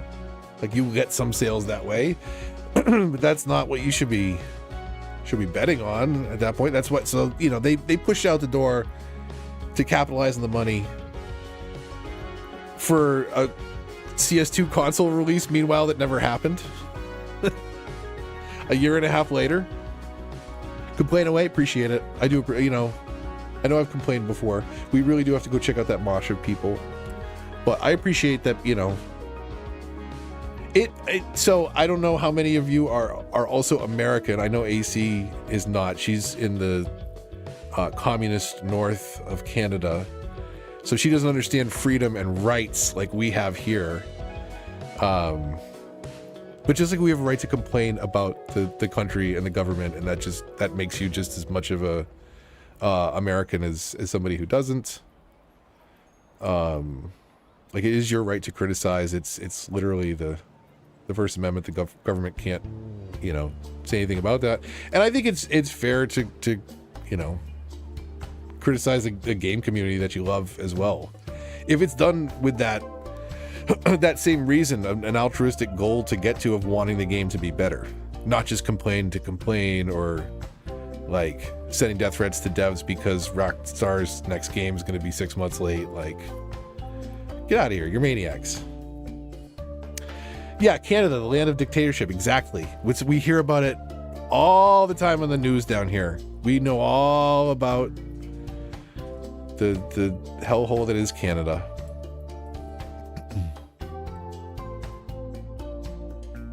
By the way, I'm kidding for anyone that isn't AC that doesn't know. I'm a very big fan of Canada. I've been known to bust out the anthem from time to time, out of pure passion for the true north, strong and free.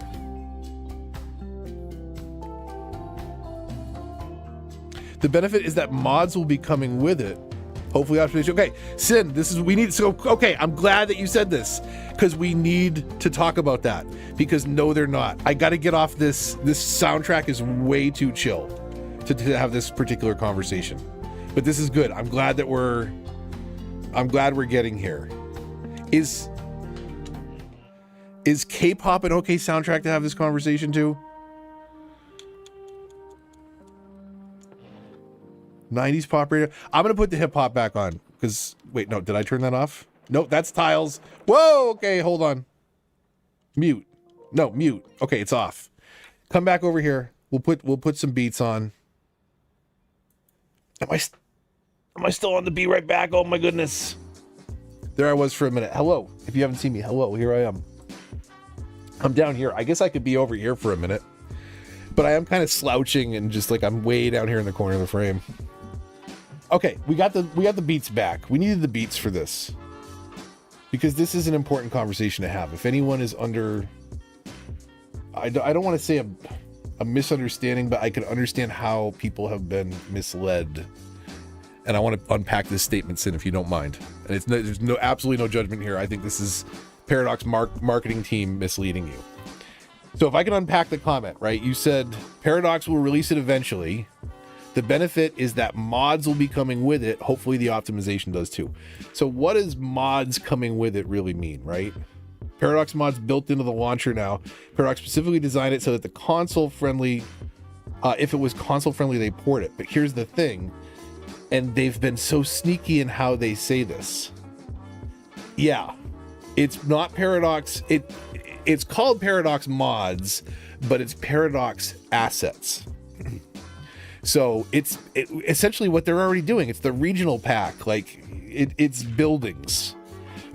Whereas if you want traffic or move it or anything that changes the game in any way, even just basic time and population and functional things, like that's mod to a code which they weren't comfortable building in because, and I think this is a pretty safe assumption, they wanted their Xbox code and their PlayStation code to be as similar as possible, and PlayStation does not support those type of same code mods. They're much more restrictive in what they do from a modding perspective. And to be fair, PlayStation is a bigger pool, especially of single player games, and I bet a much bigger pool of player base for City Skylines. So like you don't want to build two different things, and you can say, and I saw multiple people make this statement falsely, that like, oh, and I'm sorry, we're just sitting here staring at an intersection. You know, I've heard multiple people say falsely that like, you know, Xbox can't support some of those things. Like if you look at what, and this is a poor job of it, but like if you look at what Bethesda does with Fallout from 2015 and their ancient engine and the ability to mod that in Xbox versus the ability that you have to mod on PlayStation, which is like next to none. None of the good functional mods work on PlayStation. A ton of them work, and it's really just, does the creator sign off on checking that box to make it available on Xbox? Most of them just work. Like they don't need a lot of porting, at least from what I've seen. You know, I haven't made any of them myself, but like it's not a challenge to get a lot of the actual functional changing mods into the Xbox version. So, you know, so they have this whole development plot line of like, oh, well, you know, it's Paradox mods, we'll call it Paradox mods. And I think it fools people into thinking that they're getting some kind of a modded experience. And what they're getting is assets. They're getting buildings. They're not getting the things that functionally change the game in the way that they need to be changed to make it fun to play again. Or fun to play at all, I should say. Because it arguably was not fun to play CS2 yet, vanilla. I think you can make a case that CS1 is very fun vanilla. I enjoy it very much in its console and remastered form. But that's the thing, Sin, that I just like, I want to make sure people are careful about, is that idea that, you know, mods are coming when technically they're not. Nothing that meaningfully will change the game is coming to console. Because again, they decided to make that split and not do what's possible on Xbox, which is more code-based and can change the game more. But regardless of that, the reason that we're not getting it is because they're not doing those things, Edge of Map Fog, they're not doing those things in the game at all, right? They're just not, they're not building in Move It. They're not building in better functional ways to control systems because they're not building great systems into the game to begin with. So the mods aren't going to fix it. Paradox Mods isn't going to fix the console version because the best it can be is the vanilla version that any creators, and I bet most of the community that are still playing it, are doing so in a modded fashion, you know? Anarchy, Move It, and Traffic on a Steam Deck, huh? That's pretty good, right? Considering that the next Xbox they've already kind of suggested and hinted at is going to be a stripped down Windows build, like you'd have to think like modding on Xbox is right around the corner. Unfortunately, the one thing that does make me sad about is it further blurs the lines between a platform that can run hacks and a platform that can't easily without more restrictions. Not to say that there aren't cheats and ways to game the system on a console, but when you screw up or it gets found out, your console gets bricked. And sure, there are some ways around that as well if you're clever, but it requires usually hardware chip reprogramming, which is not cheap. So it's like, if you're doing that, like, okay, you're going above and beyond, but it just, yeah, further blurs the line and for any kind of multiplayer cheating where it at least was a little bit more sheltered off in console before everybody decided that crossplay in every game forced was a good idea. Anyways, rant. How's everybody's Sunday? Long weekend for most, I hope. Where are we? Is this Swampscott still? I lost track of it.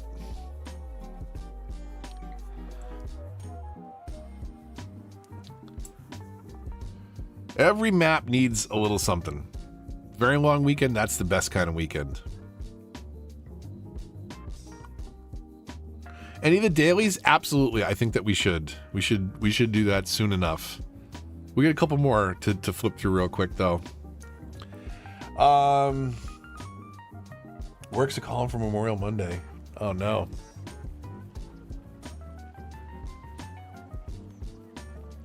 Long weekend was last week.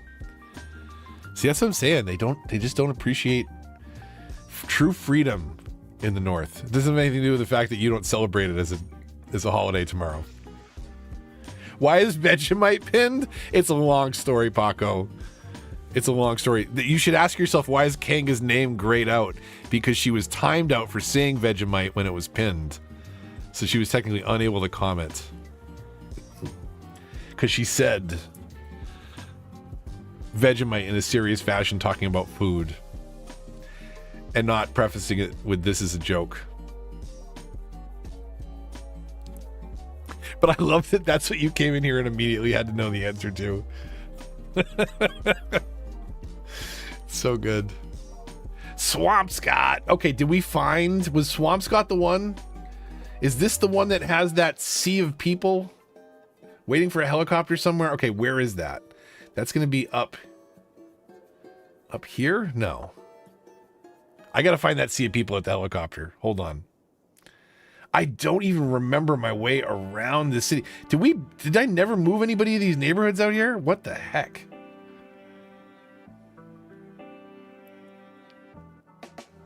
Good night, AC. Appreciate. Sorry you have to work for the dictators up there. We'll enjoy our freedom for another day on this weekend. Well, thanks for stopping by, of course, and thanks for being part of this insanity for the last couple years.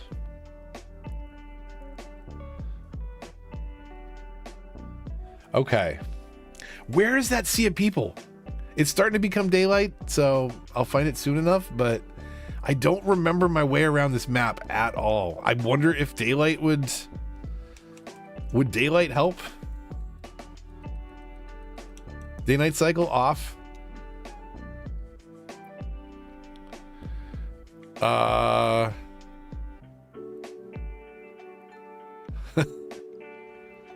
305.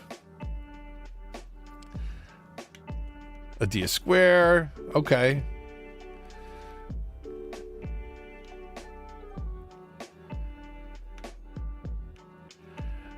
A lot of old neighborhoods. And the Memorial Park. There we go. Isn't that beautiful?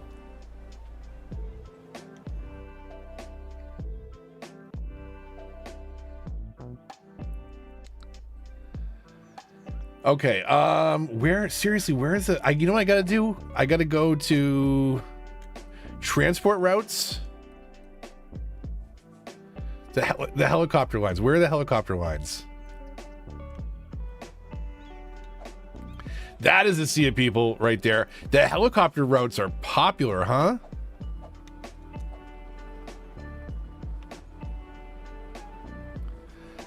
They're not even animating. Like the game does not know what to do. I'm pretty sure we've been here before. Definitely in an episode, if not in a live stream. But the helicopter stations are very popular, apparently. Okay, if we times 3 speed, like do we ever see anybody move? Or do we just see further and further people?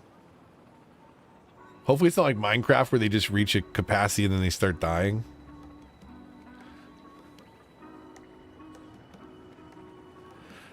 Yeah, that's not even... They're like literally not even... Okay. Now we need... Oh, as soon as we get 2 helicopters, now it starts animating people? You guys are cool like that? Who is the air traffic controller? What kind of maniac?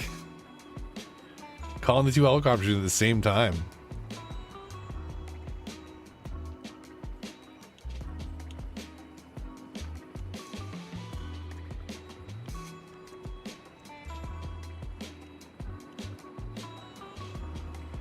Okay, well... This is whoa, okay, hey, there they go. They're moving now. This cat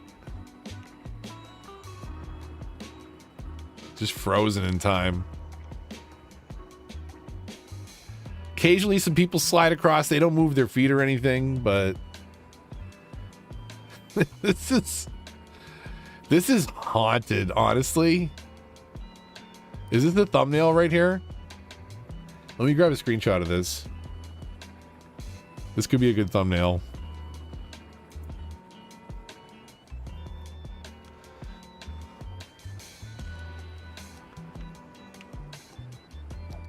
Okay, how do we get in to see like how many people are actually here? Passenger service last week, 42. 42 people in a week. How many people do we have waiting here? We gonna check the line? What do? We go into it?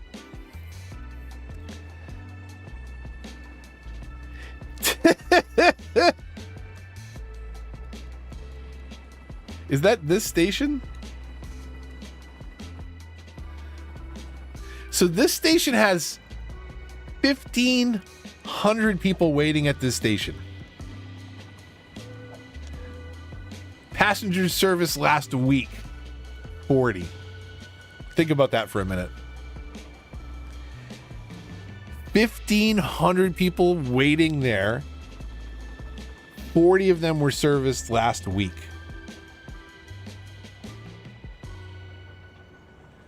How do those numbers, like, they're just making up numbers and they're not related to one another? Or people are legit going to die in this line. Because remember, you only live 4 years, 3 years in this game. 3 to 4 years is a lifespan. They're spending that entire lifespan waiting for a helicopter. Raising ticket prices.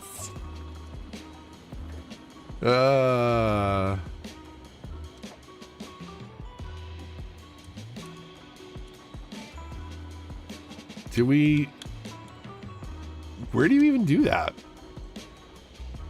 Is that like a policy thing and not like a per line thing, like a park?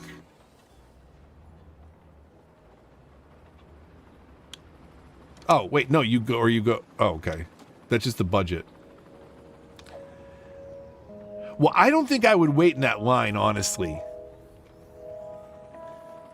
If I had like number 1500, I knew that only 40 people went through this place in a week, and I had to pack literally inside of other people's chests in order to...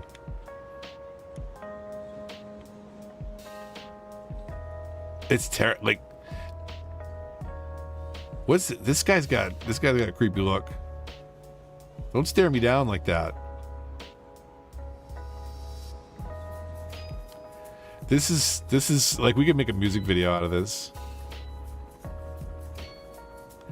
This is terrifying. Like, these are like GoldenEye era, which I'm okay with, right? Like, they're funny. They're kind of bad this close up when you have this many of them and they're not moving. But I'm okay with that. They didn't need to like give them hair and teeth. I mean, maybe just give them like less of a creepy look than this guy. That's terrifying. The way that his face is split. Are other people done that way? Is it like, do they mirror his face? It's like perfectly symmetrical. It's not supposed to be like that. It's very disturbing. Okay, anyways, we've been here long enough. Let's go see the hustle and bustle as cars run us over. Actually, I guess let's see the hustle and bustle at one time so that people aren't absolutely speeding away from me. Okay. Parts of it look okay. You gotta look from the right angle, and then parts of the game look very nice. When did this come to console? 2017. This is not the remastered version.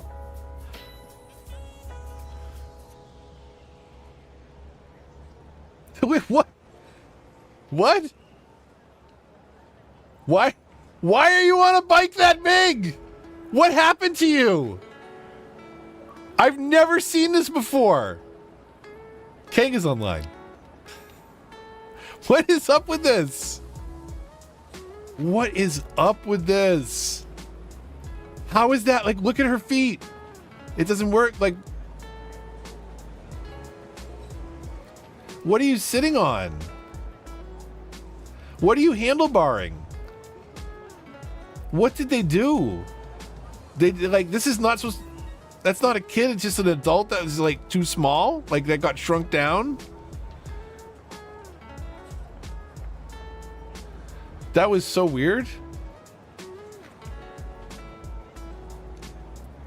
That was very weird.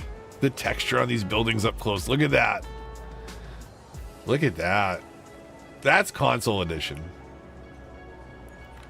We'll have to get down in Street View and remastered and take a look again. Okay. Swamp Scott. Did we miss anything? Did we want to dial in anything? Probably not. I don't know. Like, I think, like, again, if you stay down in the streets, there's parts of this that are okay. But like, when I zoom out, I'm still disappointed. I'm especially disappointed that I apparently never moved in or settled in over here or did anything with this neighborhood. Just kind of packed up on this one. What did we move off so quickly to? What did we move off so quickly to? Rosewood?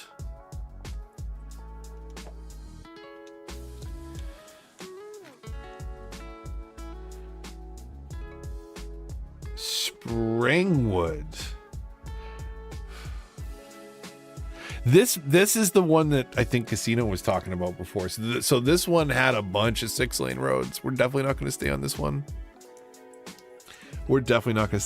I did totally start to build some new intersections in with the idea of maybe continuing this one. But again, I'd probably just rather rebuild it on 25 tiles. Oh yeah, there's the good old 6-laners. That'll fix that. This is how, this is how 2017 me thought you solved traffic problems on console. Was just give them more lanes. Turns out that didn't solve things. But I've come back in here and like started to rebuild what was horrible highway infrastructure. You can tell like this is obviously a much later concept and design. And then where there were like 6-lane roads everywhere, I've come in and like reduced that. So like maybe left the 6-lane road on the outside just to keep the frame the same, and then cut everything down internally to like alternating 2-lane roads, big lane in the middle. Trying to clean it up and change it, but keep some of the original idea, the blockiness of the build. But man, what a bunch of horribleness. This was very early tutorials that then disappeared. Like this wasn't actually a Let's Play build, but if you remember from like way back, I had some like beginner's guides and stuff that like covered little concepts, but in very small sections, and they definitely showed, some of this neighborhood especially. Oh man. Still so bad. All these years later. Anyways, that wasn't what was next, but it was apparently what I loaded next. What was Oracle Lake for? Was that Parks and Plazas? Whatever that update was. Rosewood was probably next. This was a really fun one. I remember getting so inspired. I was messing around on Google Earth in VR and saw Boulder, Colorado. I had been there in the 90s and just like remembered it was like so beautiful. But like when you fly in on like VR, and it's just like it's flat and it's flat and it's flat and it's the Midwest, and then it's like Boulder, Colorado, and the Rockies are like right there. It's just so weird how flat it is into these mountains. And I remember kind of seeing this map and wanting to kind of recreate something like that. Anyways, I had a lot of fun with this build. It was very centric around the lake itself. I think, whoops, I just realized, sorry. It's a per map setting of the music, which is a little silly.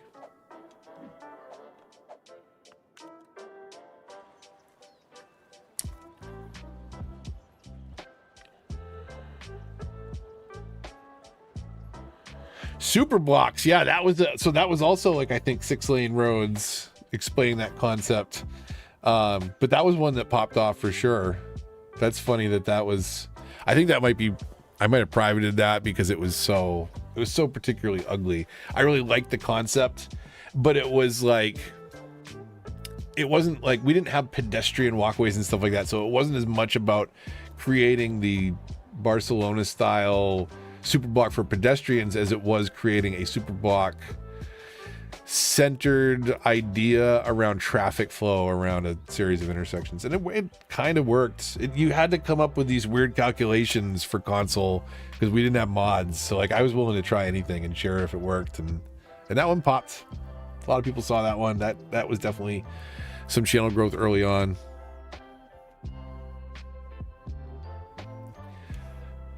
That was an old one. I gotta see when the heck was that.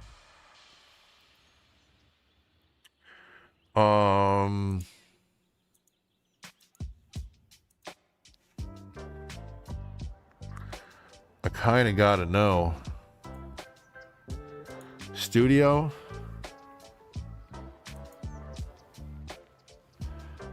Content.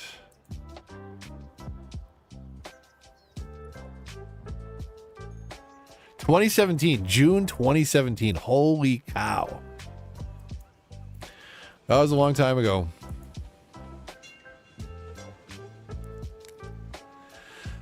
Embracing the one-way roads and smart ways, that is the key. That really is the key.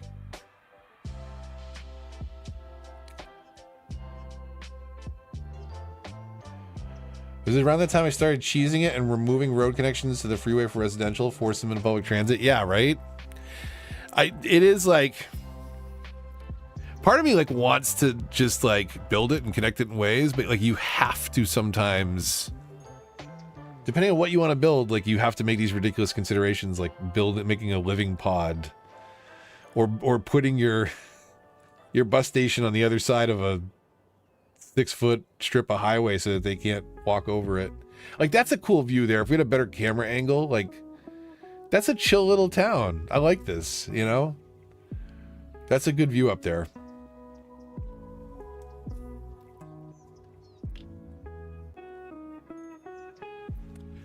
Rosewood was fun. Rosewood was a good theme song, if I remember right. That's what I was paying for the Monster Cat licensing. They suck, though, about how the licensing works. And their terms changed from when I started using them as well. I'm pretty sure I remember... Because, like, who reads the terms? When I'm making decisions for, like, the channel and monetization, I was reading them. And they changed the terms at some point. But essentially what Monster Cat does now is if you stop paying the monthly subscription to Monster Cat, now they own your video's ad revenue because you used the Monster Cat song in it. Versus Epidemic, which you were an Epidemic subscriber when you posted this video, then you own the rights to use that in perpetuity even if you cancel your subscription. And that's how Monster Cat was on paper.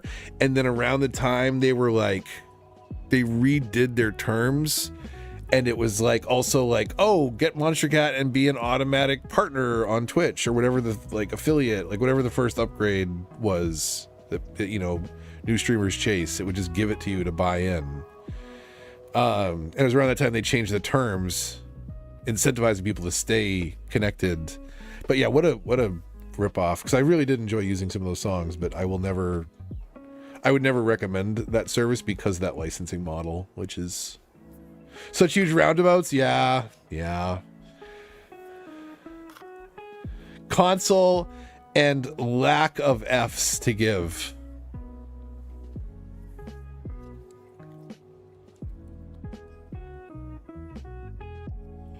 One thing that sticks in my craw, if you will, if that phrase translates for everybody, I don't know. If you don't know what I'm talking about, please let me know in the chat, because I'd love to elaborate about stuff sticking in the craw. But basically, one thing that like really irks me to this day about Vanilla City Skylines is how yellow 4-lane road lights are in comparison to everything else. Let's see it at night before it becomes like, can you tell me where the 4-lane roads are? Like there's gravel roads down there, there's 2-lane, there's 4-lane, there's highway, there's 6-lane, but the 4-lane roads, why are the lights like that? Why are they so different from everything else? And why can we not change them? It's really unfortunate.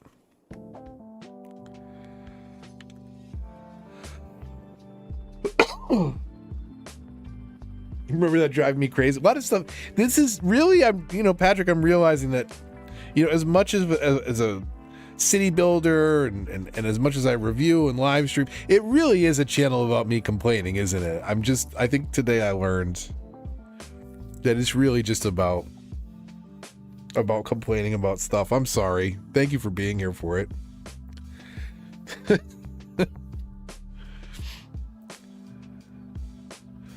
Miami has different lights for the size of the roads. Yeah. I just, it's wild to me. Like, I get that. Like, I think it's a cool feature to have if you had the ability to change it. Like, because cities do grow in different ways and would have different lights. And, there are some applications and reasoning behind, like, why would a residential area be lit differently from a commercial, be different from a highway? Because they're different speeds, they're different purposes. But you know, I mean, look around, like cities standardize and, you know, use similar lights. They're not that drastically different color wise where it's so, you know, I don't know. You're here for the rants.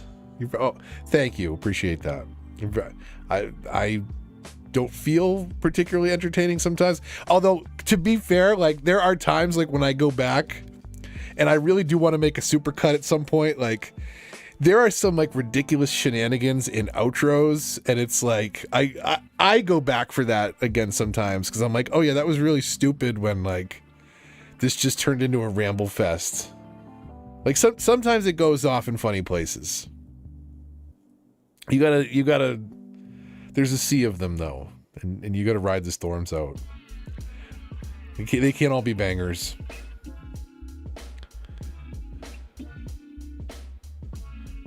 Rob's in the dailies. Yeah, there were a couple that you called too, Kung called, that I did not get, and I was like, I'm gonna tell you I told you so, and I voted wrong.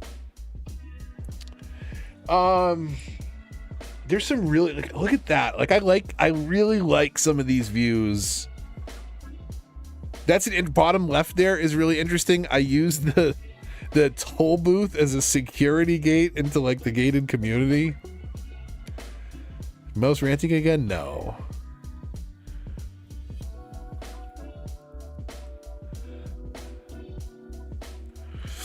Oh man. So this is just going back and looking at cities and catching up with all you, and I'm here for it. If you would come back for rebuilding some of this stuff, definitely let me know, because I think it's time to come back and fix some of this stuff. Raul, it's been a while since any Serious Cities content. Yeah, we're going back to look at it all now, but I'm getting ideas on what needs to be fixed in a lot of this. And there are some of it's irredeemable. Some of it is, and I think I started to talk about this. I really want to build a map on remastered. 25 tiles should be enough space, but where we take at least a little idea, and maybe we have to really kind of, you know, recapture the idea of it because we won't have space for everything. But I want to build a map that is a bit of all of the maps, you know, and I think that would be really fun to kind of sketch out and plan. And again, I have done a rough version of it. I might have posted it in the Discord at one point. I know I shared it with Rich at some point. I can dig it up, but I have a concept for it. Jones for some Move the Most. Okay, well, we will definitely be back for some more cities for sure then. Because like I said, I am kind of inspired to come back and fix some of these builds because I've come to terms with the fact that we're not getting the CS2 on console. Not this generation, at least. And I don't mean like console generation. I mean like familial generation. We're gonna be waiting for somebody's kids to make the game. Wouldn't mind a new build, yeah. Maybe it's time for that remastered approach. That we'll have to find what the best map is. I'll go digging for the best idea for the 25 tile, and come in and build a little piece of every city, even if it's just a little neighborhood or a little reminder of something from that build. Most fun creator, I appreciate that. I do really throw myself and try and do a different approach to it. I think like a great example is like there was an episode of Meander where I got like footage of a plane flying in, and like I have some stupid captain's announcement, over like a fake radio sound. I just get stupid with it and have fun with it, and I hope everybody, I hope in some ways it gets people inspired to do the same thing in their games.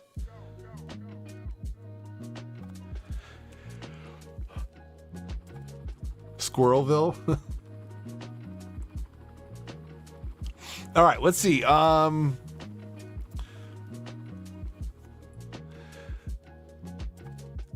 on the same map so you can compare builds. That would actually be a really cool idea. I like that. Map building challenge for the Discord. The tiny URL should be active. It's a very small Discord if you're interested in hanging out. is very quiet, but you're more than welcome. We talk about cities and a whole bunch more. We used to talk about cities a lot. But if you got questions, we know where the links are. Adia brings receipts. So come check it out. There's not a GG link, but you can go to tinyurl.com/movethemouse. Stop by, say hello, and hang out for some games. Inspired to do a whole city on the Hanu map because of your series. It's still one of the best 9-tile maps in my opinion. I don't think you can make a case that it isn't a top 3 9-tile map. I would seriously, I would devote an entire stream to debunking someone's top 3 list if it did not include Hanu in a 9-tile map top tier. Absolute S tier map for 9-tile cities. You just can't beat it. I will die on that hill. Hopefully, don't make me die on the hill. Just agree with me, everybody. It's easier.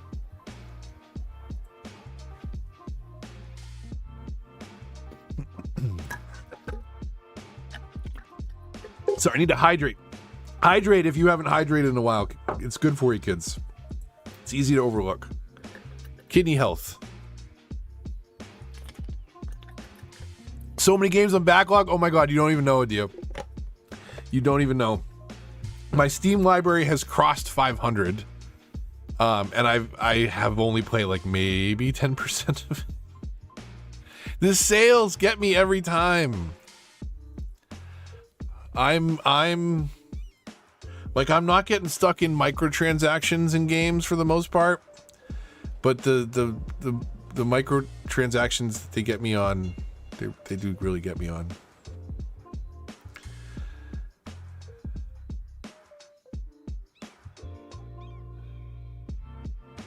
Just to see the rant video? So Kung's gonna do some research and find someone's top that does not include it just so that there is a rant video.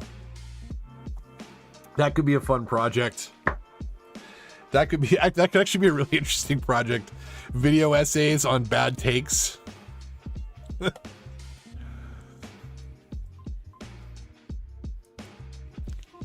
Some content there.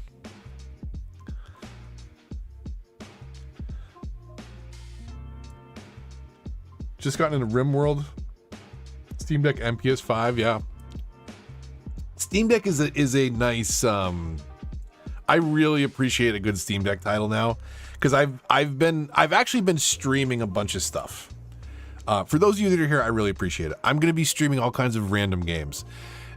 What that does to the majority of my audience is here for Fallout 4 or City Skylines. That's 90% plus. Easy. Those are the two things that really popped on my channel. I am more than that. I play all kinds of games, and I don't care in particular about the slow bleed that is happening. Because people see my stupid avatar live streaming in their feed, and they're like, I don't follow this. This isn't why I followed this guy. I wanted to see city builds, and that's fine. If you don't want it flooding up your feed, that's fine. I also think that probably happens because people use the subscription feed, which I think is weirder. Teach the algorithm what you like.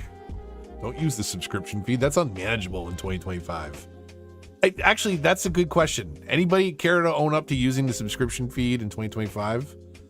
Raise your hand, because I have questions. That has not been viable for me for at least 6 or 7 years.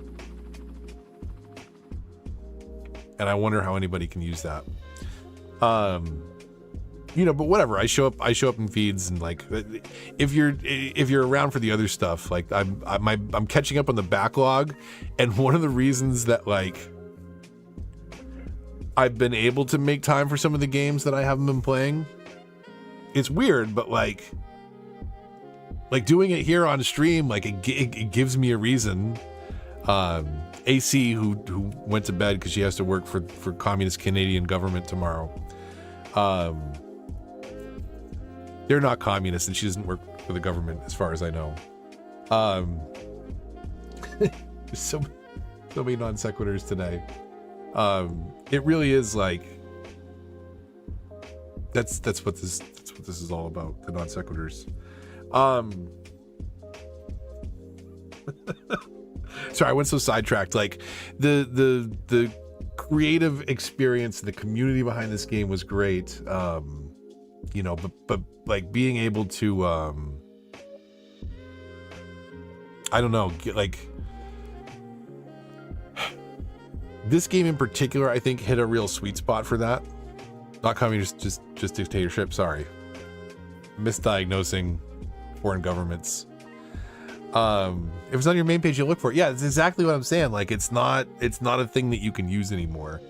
So I think the bleed's kind of funny in that regard, because like I don't know who goes out of their way to clean up old subscriptions. I don't often, but like, you know, I don't know, it happens. But I'm not too worried about it. Like at some point, like I wouldn't mind. I wouldn't mind a play button at 100,000, but I'm not driven to do content for a game anymore. Not one that's, you know, that's catching views like this. I do absolutely have some Fallout 4 content planned, and I'd like to hope upon hope that like when the next Fallout season hits at the end of the year, that there's a shadow dropped, let's say Fallout 3 remastered that also has base building in it. Like I will take a week off of work, and like that will be my sole purpose, and that's what my channel will be. Like that I would take time off of work to focus on. But other than that, like I'm just here to have fun. Here for the non sequiturs, excellent. Dictatorships. Oh man. Yeah, I gotta see the artwork on that bag. So where are we at? What is this? Is this Rosewood? Rosewood has like some really beautiful views. Let's see if we can find. I don't know where the best sunrise angle is, but this spot over here. Is it this hill? This hill. This hill. I really like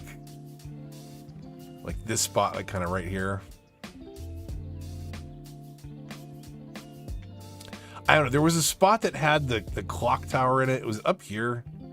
It was right here. That's a pretty good. That's a pretty good spot right there. Get rid of my ugly mug. Maybe up a little bit of a down angle. Something like that. I don't know. It has its spots. And it has its textures that never load in on the old version. A little rough. It is kind of remarkable like how much sharper things are walking around on foot with these signs. It is a pretty stark difference, but it's easy to look past. I mean, unless you're looking for it, and then it's very easy to spot the cracks. Oh, here you go. 3/20/2045, the in-game date of the disaster when the meteor hit the evacuation site, the shelter. Forever memorialized in other cities far, far away because it was such a horrible national tragedy. See all the names of all the people that were lost. What were those shelter capacities? Was it 1,000? Was it 10,000? I don't even remember. So many people died though. Only 20 years to go. Yeah, right? I hope at least one of you celebrates on March 20th, 2045. Just, raise a glass. A moment of silence. I don't know. Somebody put it in your Google Calendar now. Hey Google, can you remind me on March 20th, 2045 about the Santa Rica disaster? All right, the Santa Rica disaster. This will be for March 20th, 2045. At what time? Call it noon. All right, I'll remind you on March 20th, 2045 at noon. Okay.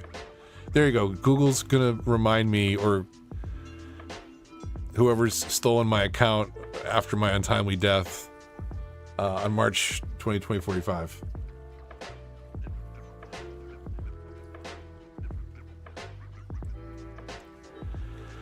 Add that to your calendar too? Oh, well, there you go. We'll have a good laugh over it.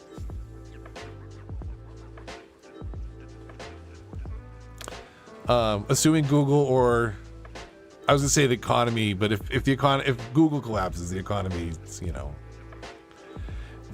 economy went with it. Noon meteor time. I mean, you know, you make a good point. You make a good point, Decoy. Before we let's see what a little one does. Before we head out of Rosewood. Astrologists report that a devastating meteor will strike the city in the near future. Residents I hope autosave's off. immediately if any is available. I used that monument for a tsunami that killed 10,000 people in my city. RIP. Yeah. That is rough. It's weird too, because like even with random disasters on, like a tsunami could hit some maps and like you would never know. Just a little bit of flooding on one side of the map on the other side of a mountain. And then other maps, it's just like, no, we're gonna lock in the water here for the next 72 in-game years. We hope you're happy with your purchase decision of natural disasters. Please leave a 5-star review. Look at all the fishing boats. Holy cow. They updated, this was the fishing update for sure. So many little fishing boats in that little lake. There's no way there'd be any fish left. Okay, here we go. This is just a one-timer. Where is it coming in from? Okay, over there. Hot potato.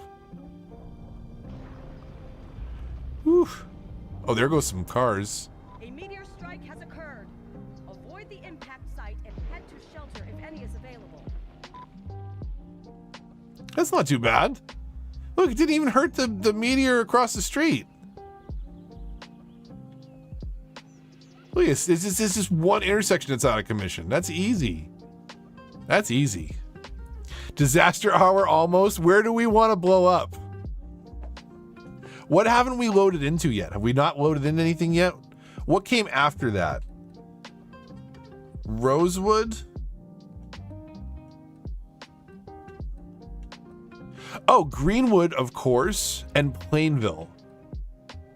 There was a meander that I started to build out on here, but then I ended up doing that and remastered. Check out Greenwood real quick, I guess. This is the one that you got mixed up a little earlier. What do you feel like blowing up, Kanga? I'll load up whatever.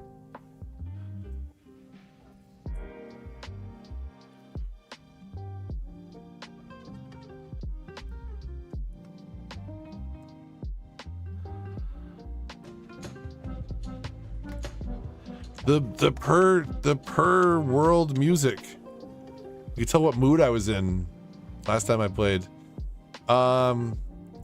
This one was never fleshed out. Like, this is a great, I really like the idea of this center. Like, this is actually, I thought this was a pretty cool idea for the limited capabilities we had on. It's so unfortunate that happens. Man.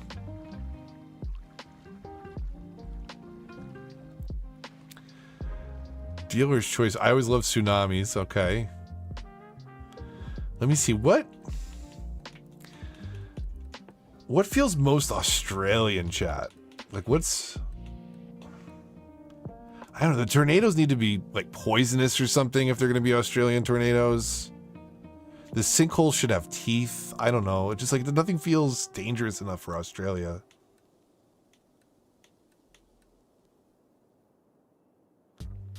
I mean, tornadoes are always very interesting. They're super unpredictable.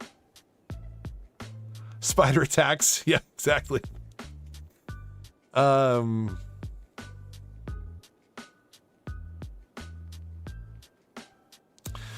okay, let's start there then. I don't even know if there's ocean for this to happen. So like let's just throw one on either side to be safe.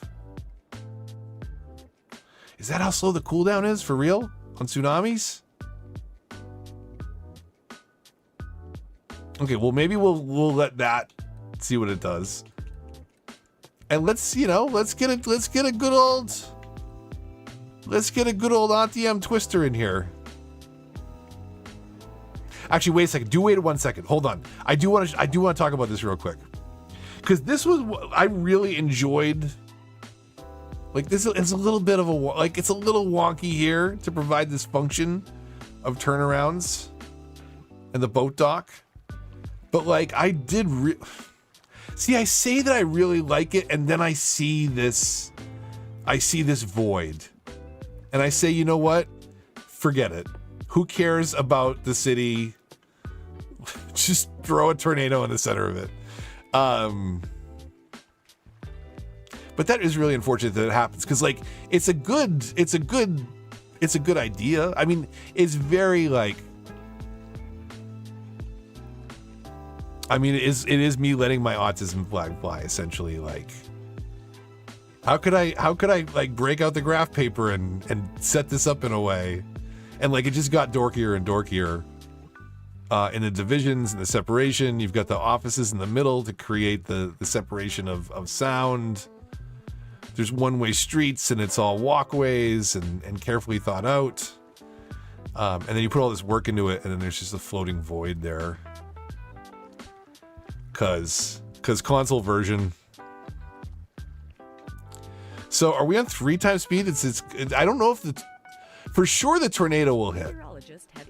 Yeah, I don't think the what do you call it, the tsunami's coming, because there's no way for it to come in, right? If there's no ocean, maybe from over there. Where's it touching down? That is really a mess over there on the left. Like this needs a 25 tile rebuild. I think you could do something pretty interesting, but it's still not quite right where you can't like use the full space inside the mountains. This should come tearing towards the center of the city. This is going to be particularly destructive. And if it somehow starts,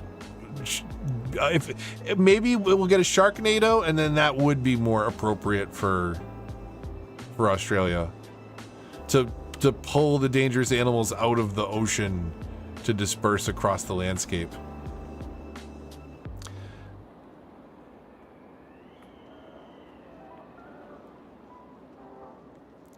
Oh, that is gonna do a number on this town. Oh my goodness. Woo! Sharknado DLC, that's what they got cooking up. Guys, what do? We're out of ideas. Natural Disasters 2, Sharknado. Oh yeah, buildings are just like folding like houses of cards. No big deal, it's fine.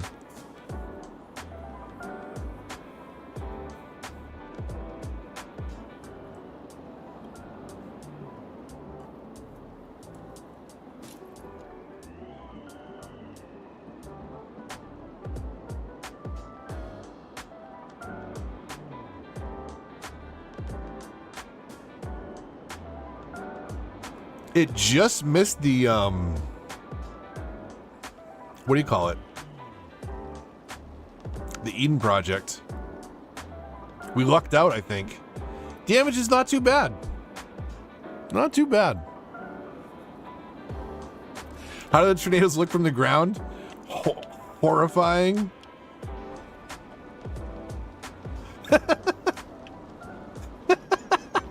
Look at all the people flying. Holy crap.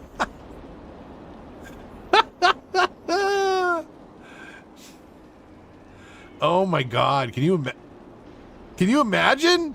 Well, there they go. We're in the eye of the storm now. I'm glad you asked about this. This is amazing. The people just soaring off into the heavens.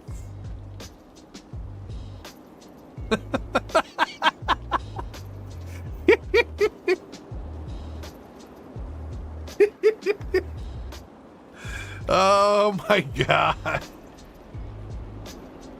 Holy shnikes. Okay, well, no big deal.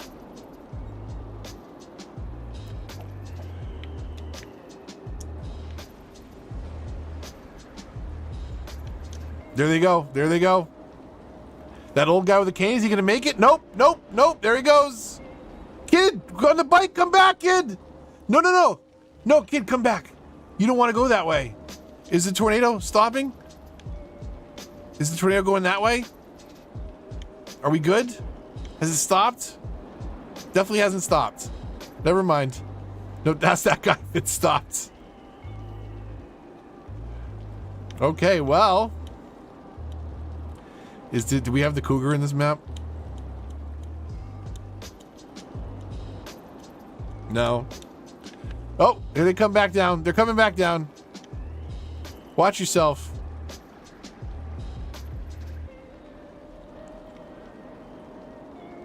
This is not good. This is definitely not good for the property value.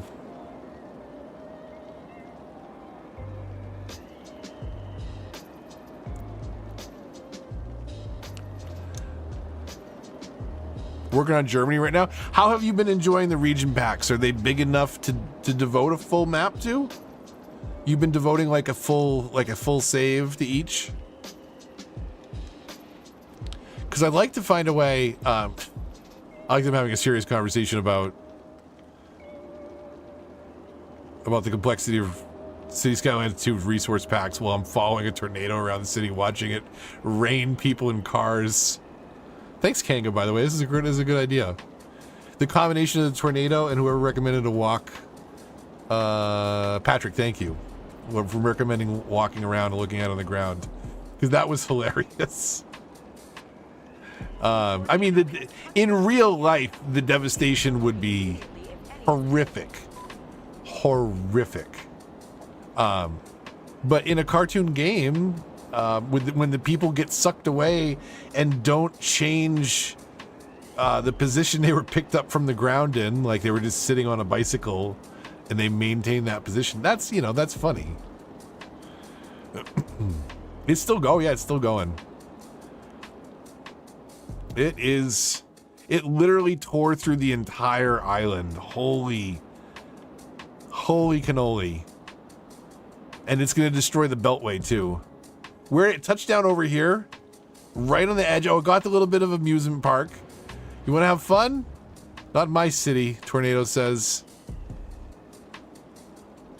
Get effed is what the tornado said over here.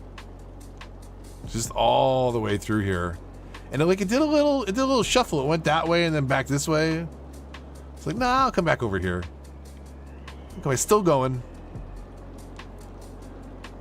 Those lightning strikes are intense.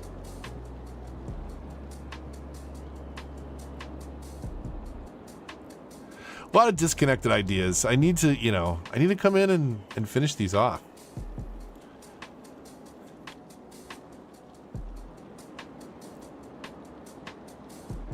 The tornadoes, in my opinion, you said dealer's choice, and I wanted to give you your money's worth. I think the tornadoes, pound for pound, they're the most unpredictable. They will always give you a good show.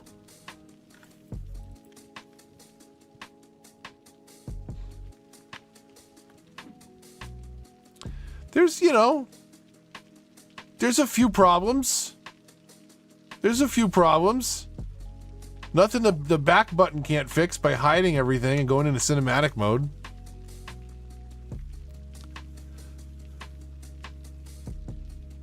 We're fine. Everything's fine. This is fine. See, we still got a booming tourism business. Little park life trickery there. They're walking through gates to get to and from the station, to get to the metro, to come see our wonderful amusement park.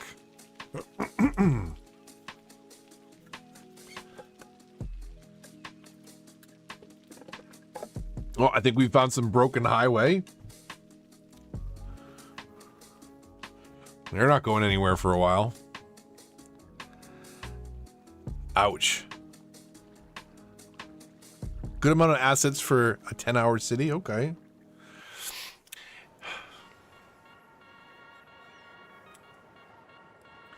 Yeah, I want to build something really nice, but I'm not $2.20, so I built something nice enough, and then we destroy it as a group. It's fun. It really has been a blast. All these cities and all these streams.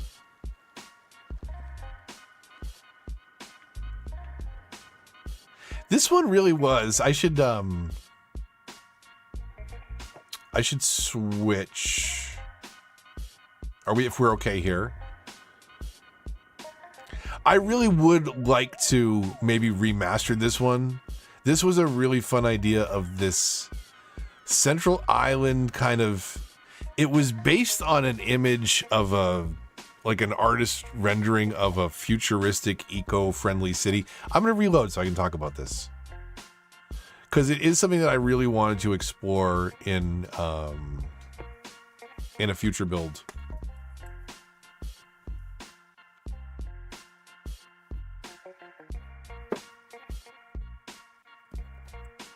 So there is a book called Drawdown. Penguin Publishing, New York Times bestseller. And the music. So the whoops, ignore this traffic. It's not there. It's not a problem. But there's this book called Drawdown, and it's a team that put it together. But it's a collection of all these different studies and essays. This subtitle is Drawdown, the most comprehensive plan ever proposed to reverse global warming. And it's all these really outstanding plans. But it goes into renewable energy sources and the necessity of leaning into things like wind turbines and geothermal, solar farms, and that's just like from an energy perspective. They get into reducing food waste, clean cooking. It's actually a really cool. It's a cool prescriptive book for like what we might do and what we probably should do and probably have to do collectively. It's going to take kind of a miracle to pull all this stuff off, but that's not really the intent of this stream. But it's always burning in the back of my anxiety. But I really wanted to kind of explore some of these concepts. I thought it'd be really fun. And one of those things was that artist concept that became Greenwood of a future city kind of built on the water, very eco-friendly, minimal, it's not about cars, it's about being friendly to the environment and the people and making it walkable and transportable. And Greenwood for sure was, that was the plan of the Central Island. The rest of it kind of fell apart around DLCs. The Korean Pack and Financial came out and I kind of bolted it onto this, regretfully so.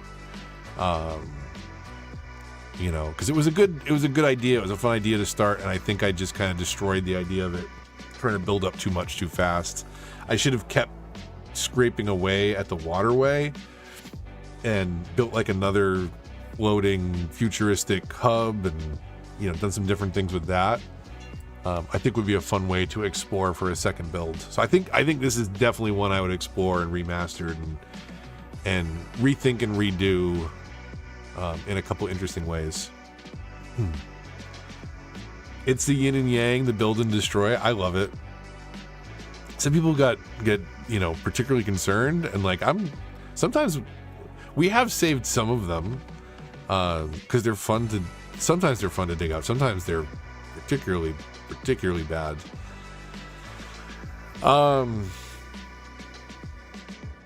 I had a hell of a time digging out Santa Rico because the only save I had was the disaster save, and that was, I'd be damned if I was going to give that one up. It took me so long to get that one back, though, and like, I built it back the way it was, not the way it should be, which was another mistake, probably. 30 plus days in the Xbox edition, 12 days in remastered. Nice. It's commitment. I wonder what I have, but it's up there, you know. It's like it's such a, they did a really good job with the console port, I will say. It's not perfect. It's got plenty of issues, but like control wise, this is like, I don't know why it just feels like it's so well done out of the box, the control scheme, like zooming in, twirling around. It like feel like anytime I do a building game and it's not like Cities feels to me, and I can't change it in like 2 buttons, I'm disappointed. Because it's a great control scheme. They did a really good job with it. Disasters are too difficult to recover from. Yeah, you have to be really, really planning ahead. When we left it on random disasters, it was really unpredictable. And then when we rained multiple disasters down in Santa Rica, that became like impossible to manage. That was like an incredible project that I did offline to rebuild that. That was nasty. And multiple times I had to reload the save and not bankrupt myself. Don't recommend it if you don't have to, like all that. But that was kind of like, I feel like, is that when we started breaking things more in the live? It was around the time I started live streaming and disasters became much more frequent than even season 3. This is a nice little jam. I don't know that I mean, obviously I've heard it because I added it to this playlist, but it's another Matt Large track. When in doubt, Matt Large is got some good beats on Epidemic. By any means necessary, Matt Large. I realize it's probably pretty quiet in the background, but I've got it bumping in my headset.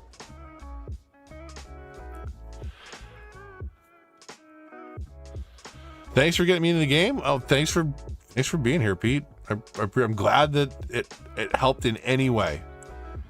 Creativity, learn something about how a system works, like whatever it might be, like so glad to be part of it. The best challenge scenarios, like I like arbitrary challenges for the community, like, you know, how many population by this date or 30 minutes. The 30-minute challenge was very different per console version even. It's like how fast your CPU runs, so it's more about an arbitrary date getting to in-game. And it starts on the day that you start the challenge, the in-game date, so there's variables that you have to pay attention to in those challenges. But I kind of like those, the scenarios, disaster-based challenges, and the horrible traffic that they give you. Like, oh, I've never done those, and like I don't know if that's.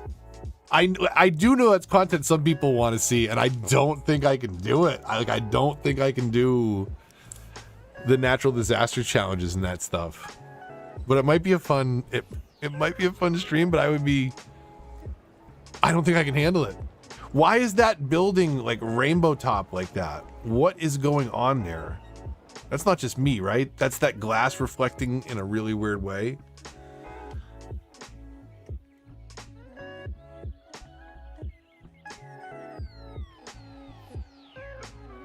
Still working on that tunnel thing.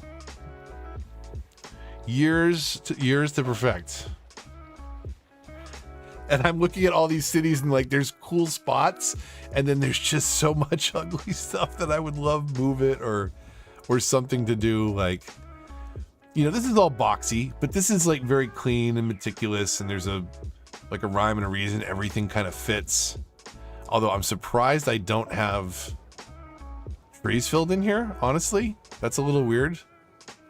That feels like something maybe I deleted and never went back to finish. Crash outs on the challenges is the content. Okay. Okay, keep an eye out for those coming soon. So that's cool. I want to rebuild this like with like another floating island over here, and maybe another floating island over here, and trim the waterway back. Try and make it look natural, but keep it like very futuristic, man-made, artificial, trying to work with the environment and ecosystem kind of build. And maybe we could do some like monorails between the islands. Might be kind of fun way to do things. Although I think we still have to do some traffic-based transit, or maybe we train in or something. I don't know. We'll figure it out. But I definitely think this is a serious candidate for a remastered build. Way up there on the list. Just like all the lists that Kung is going to find because he doesn't want to trigger me when I say that Hanu Island, when only considering base game and DLC maps, not Steam store, but considering the DLC and like in-game maps, Hanu Island's a top 3 9 tile, and I don't want to hear otherwise. But good luck on the hunt for that video because it'll be a fun reaction. Do I separate my water supplies? So, when you have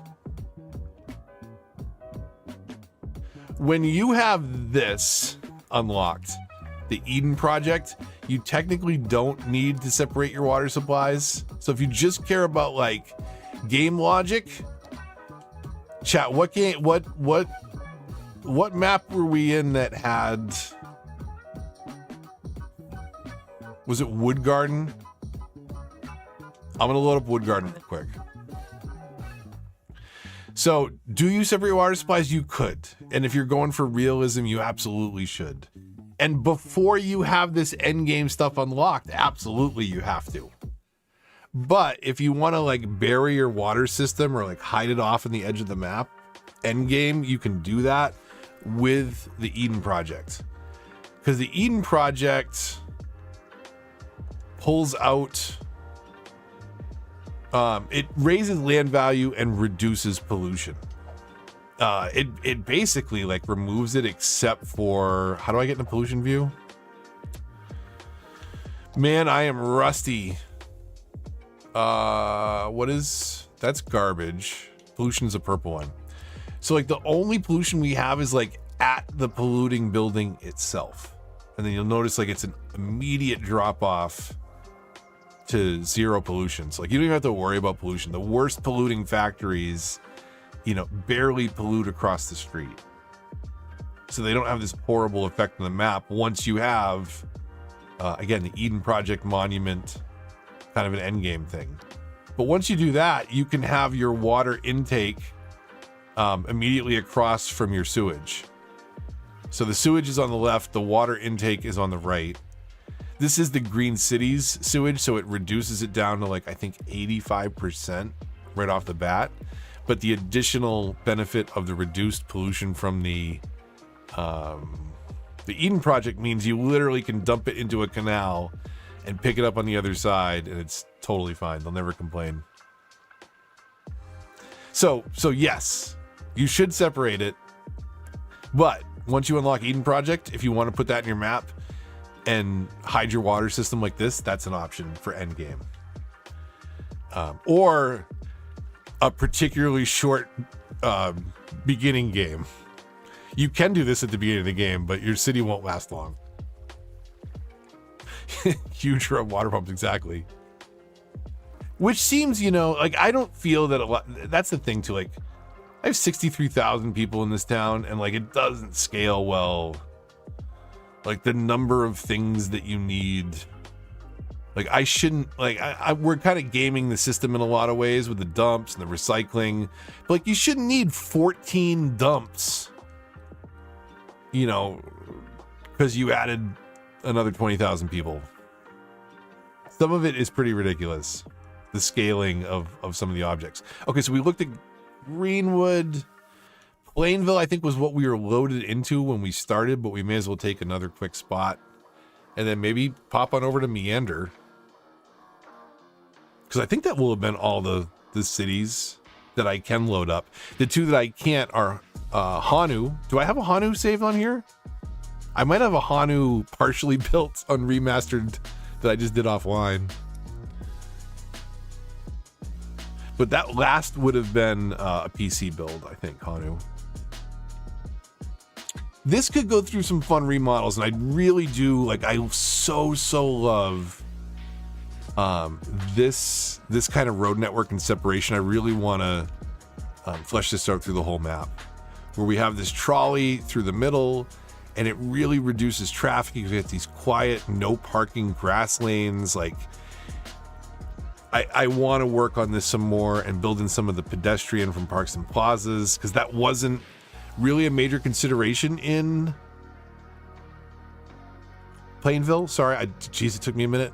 So Plainville was actually, this is another thing that this one was, I think, my favorite concept city, because what I did was I took a city and I built it up through all the milestones with nothing but the vanilla DLC, the vanilla base game.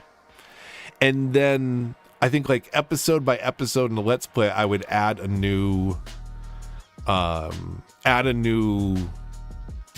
So, like, we'd add park life and build something. We'd add industries and build something. And it was just really fun to, like, fully build out the city with the constraints of nothing but the base game, and then slowly add in and remember what each little DLC and mechanic did along the way, and how the game kind of grew over the years. This was a really fun build, and I wouldn't be opposed to trying to do something like this again. So Plainville remastered, Greenwood remastered, maybe Plainville remastered, and there's a little Greenwood futuristic island, and we don't have to commit that much space to it, like one tile maybe in 25. So that's another concept too. There's a lot of ideas, but Plainville was a particularly fun one. Just from a conceptual standpoint, to like force myself to think in those bubbles, little things like that were I thought made it really interesting. So I if you're looking to get back into it and you start scratching the surface and you're bored, like sometimes to like really throw up those constraints, or like an interesting way to challenge or just force yourself to do something different, can in its own way be a really fun way to change the game without having to mod it, right? Without the ability to mod it, as is the case.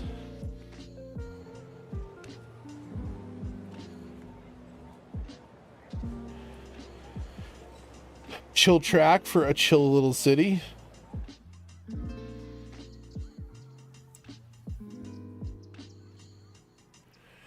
We can pop on over to Meander. Meander was, I think, another really fun one. I think from like an editing perspective, I feel like I was creatively at my peak for Meander. Like, I took a lot of time to find the right intro track, and the music each episode was kind of themed around what I was feeling when I recorded it. I don't always listen to the same music at the same time in a recording, but it's the same general playlist. Sometimes I'm just in a mood for something different, and then that gets reflected in the background music of the episode. Stoplights or signs? Definitely signs if you're talking unmodded console. If I could only have one, I'm only going to use stop signs. But I like the look and what traffic lights do, bunching up traffic in the right ways. If you've got a traffic problem, you don't want to bunch it up at all. If you're building a small residential neighborhood that already has pretty limited traffic, people are walking around, they're taking the bus. Sometimes it's cool to incentivize certain ways to use traffic, or for it to bunch up in certain ways to make it look more real. But that's very rarely a problem you're solving in a big cities build, of course, too. Like, the bigger it gets, the more like you're trying to solve those traffic problems, not cause them. But it can be like a conceptually cool thing. But functionally, stop signs over lights, absolutely 10 toes down.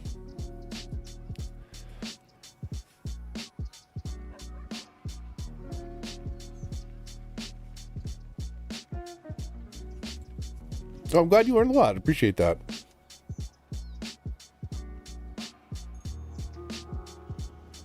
Got a scoot. Well, it has been a pleasure, Patrick. I hope you have a good evening and Memorial Day or Monday, wherever. But yeah, stay tuned. There'll probably be some fun challenges coming soon because this is sparking me to want to get some of these things done. So tune in for a remastered build and some horrible natural disasters scenarios challenges soon.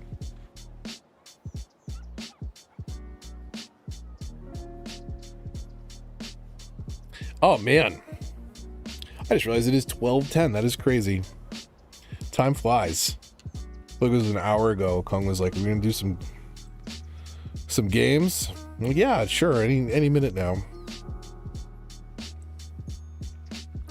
Another one tile build off. See what you can cram in there. I am really excited, I think, for the concept of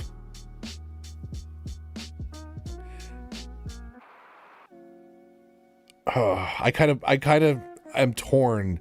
Though I really like those two ideas of like a really futuristic Greenwood, which in a way is sort of a Rosewood and a natural city in a bowl, but just a different take on it. There's a lot of ideas we can borrow from. There's a lot of cool things we can do.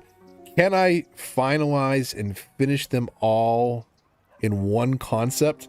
That is the question that we've been staying tuned for years for, or some of us have. If you're new, subscribe for more of this.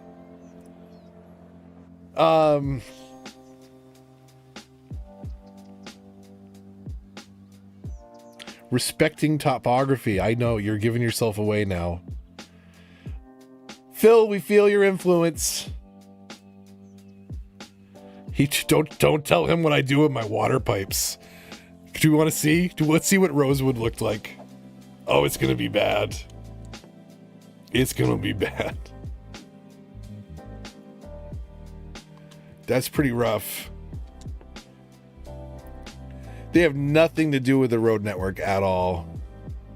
Absolutely nothing to do with the road network. That's just painful. They're not even great grids on their own. They're just kind of like haphazardly drawn out of necessity. It's particularly sloppy. Like that, I could understand would be, you know, like at that point, why do I even care about the grids of the roads if the water is so horrible? Seriously, don't tell. He might be actually mad at me. I actually I'm pretty sure. I want to say by the time I got, let's load up Meander and let's answer that. I'm pretty sure that the pipes follow the roads now.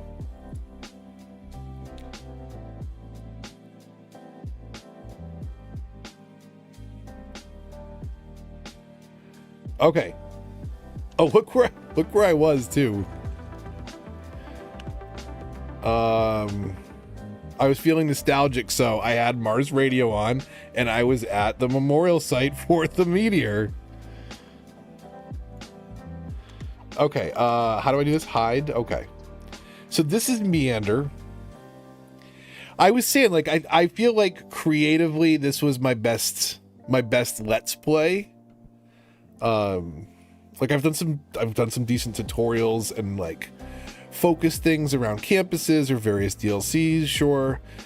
But I think at least as a thematic Let's Play, I really liked what I did with the editing in this, starting with like a blank flyover of this empty meandering river, which by the way, the map is called Wandering River. Meander is taken from the Greek the Wandering River, and it basically is a name derived from that literal term in Greek meaning a wandering river. So the map Meander plus my style, which has been very evident tonight to just kind of ramble, it was like such a culmination of a few different ideas.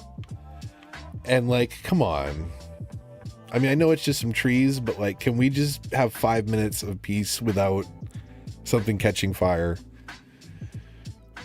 But I really like this, like kind of how it built up, and if I may say, I really like the intros. The music I think was really good for the intros. There was like 1 or 2 episodes where I thought the music was just a little off, but again, that was what I was listening to at the time. But the outros in this season in particular are just like so stupid and rambly, and then like me catching myself. Like, this is very me being comfortable about being me. And I think it took me a long time like getting there. Like, I am an ADHD autistic airhead. And I think this season and the flow of the outros in particular was me really settling into being comfortable and not wanting to edit that out anymore. And I think it came out more in this season than in any other season. I took a big break in 2021 for depression. And it was tough in the, this is like still like pandemic era, and it was like you were waiting forever for mental health help. So I finally got that help, but like, I mean, I'll be honest, the first person I got in touch with they were not particularly good. They were particularly bad, to be honest. It was a painful experience, really bad medication experience. And it took me like a good long time where I finally got that dialed in. But I took a big break from the channel because of that.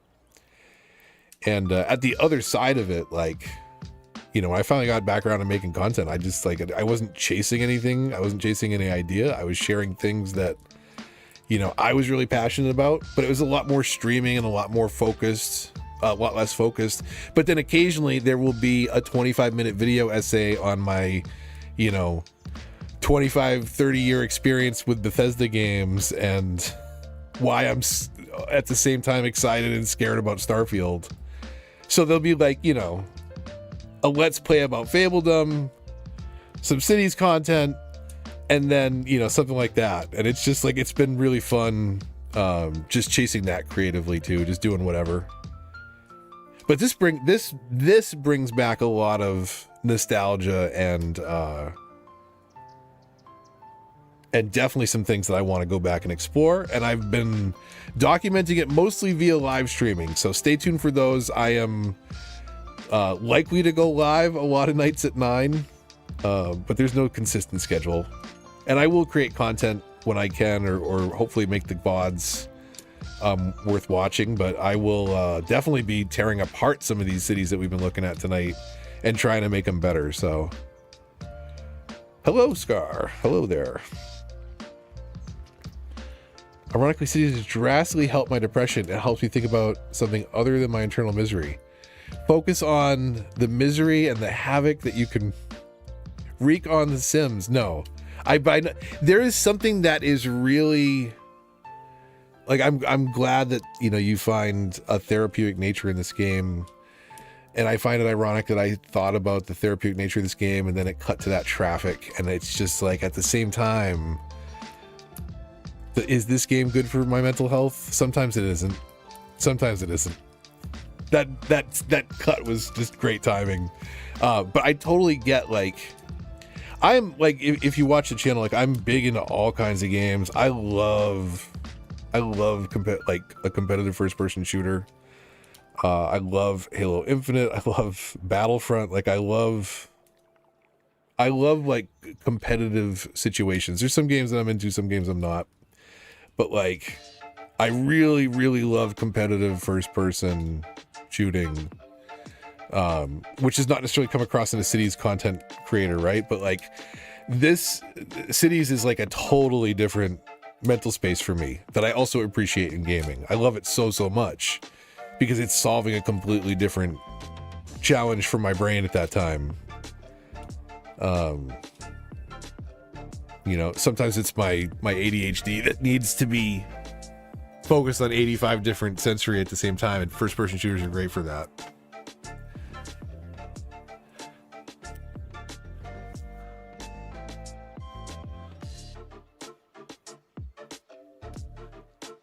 Finally a console creator. Yeah, I mean, I haven't been around for a while, but I've been doing console content since 2017 on Cities because it wasn't there, right? Like that's actually it's a not the origin of the channel, because I was doing Fallout content before that and Skate 3 content way back in 2010. First video on the channel. I don't even think it has 1,000 views yet. Go check it out sometime. But yeah, I did a lot of different content over the years, and Cities definitely popped. But I went to play Cities on console for the first time. I hadn't checked it out on PC. I was like, what is this? I gotta find out if a city builder is any good on console. That's like almost laughable. I bought it for an experiment. And it turned out to be like they did a really good job with the controls and the port. I was impressed with it, but I couldn't figure out how anything worked. And the only thing I could find was like Imperial Jedi, and it's all PC controls and it looks a little different. And I was like, okay, I got a headset. I know how to record a video on my PC. Like I'll just like, it was a headset microphone tutorial on how to start a city, but with Xbox controls. And I was like, I don't know, I had like 500 subscribers at the time, and then it had 10,000 views in a couple days, and I was like, what the hell? So I started producing content and got a better mic and put 12 seasons of builds that are all just as ADHD as the next. So do be prepared for that. They trail off in weird ways, and then all of a sudden new season starts, and then you come back to them for another part of the build. I think Meander's a good taste of a relatively complete build when I left it. But a good sense of like kind of what my builds are like. So check out Meander, the latest season. And if you want to see all the nonsense in the 6-lane roads from 2017, they're there. A lot of those are up there too. So don't judge me for those though. I've learned a lot. But that's what we've been exploring tonight, is the history. So check out this VOD back if you're tuning in late and want a history of kind of all the things that I've been through, minus the couple PC versions that I've done, just because we got to load those up, and one of them is completely lost. RIP Portsmouth, unfortunately. Seriously, that's a heartbreaker. Portsmouth was so fun. I might have to go watch some of that. That's just like it. If you know the Portsmouth area, like some of that was very lovingly recreated, including the Applebee's that my wife worked at when I met her in 2011.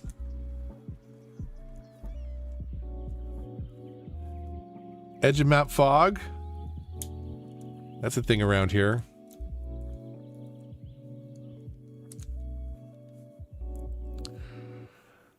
Hardest part is starting with a blank canvas on a new city. Yeah.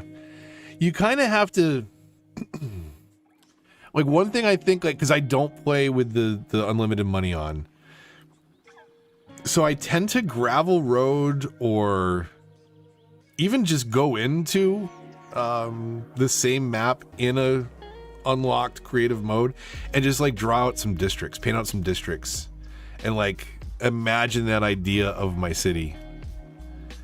Like, what do you want where? Like, you gotta kind of plan off the first major highway, right? Like, I'm gonna exit, like, this is gonna be my first neighborhood.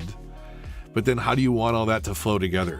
Like, imagine one beltway or one road network kind of supporting it all. How do you get people from A to B? You know, is it gonna be a monorail later? Is it gonna be trains? Is it gonna be all cars? And then kind of build it out to support that. But I've found that, like, I think the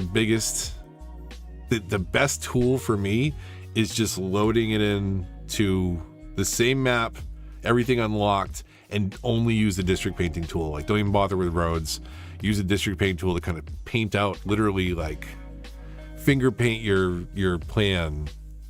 And it can be such a useful way to like sketch out all your ideas, because you start to think about like, how can these connect with districts, and even just painting with the district tool, like, oh, am I going to have trouble, you know, getting through here from A to B? It can get you planning for a lot of stuff, the district tool. It's really, I think, a simple way to start out.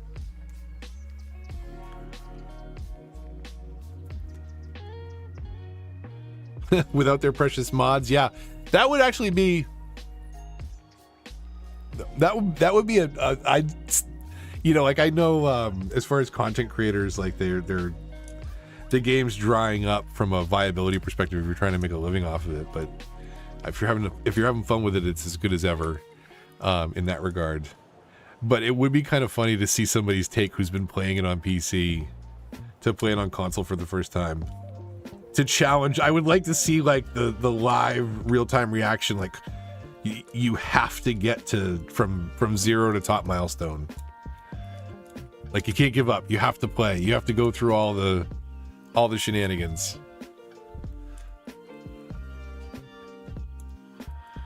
Lost the City in 2019 on Xbox. I can barely remember what it looked like. Yeah.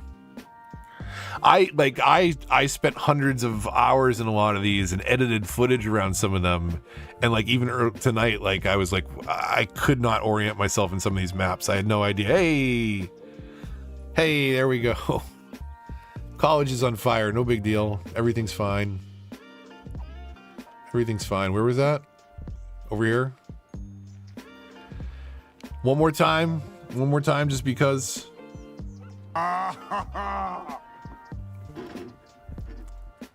Oh, that's hot. That's hot.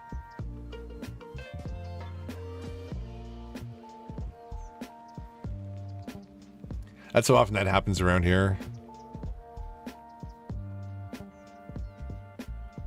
I gotta dig up. There's a couple other green screens that I had. I had the "This Is Fine" one. I gotta bring that back over. This is spreading. It's okay. The helicopter's there. It's fine. It's fine. Oh, that's right. Elmo. Hello, Elmo. Edge of map fog. That's a thing. Yeah, creatively Meander, definitely my favorite season so far. I need to come back in here and address a lot of issues, though, to be honest.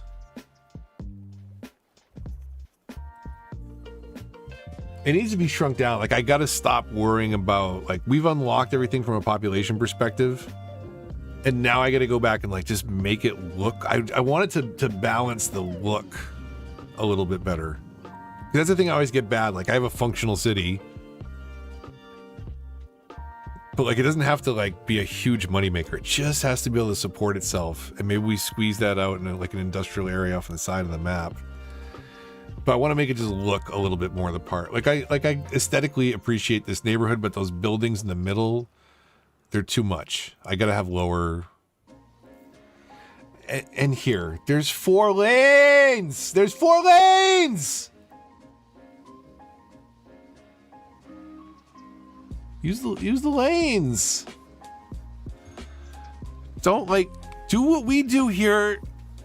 Like, they would never survive driving in Boston. You're supposed to tear all the way down the left lane until like 30 feet before the exit. You don't wait in line. You cut everybody off. You got places to be. You're more important.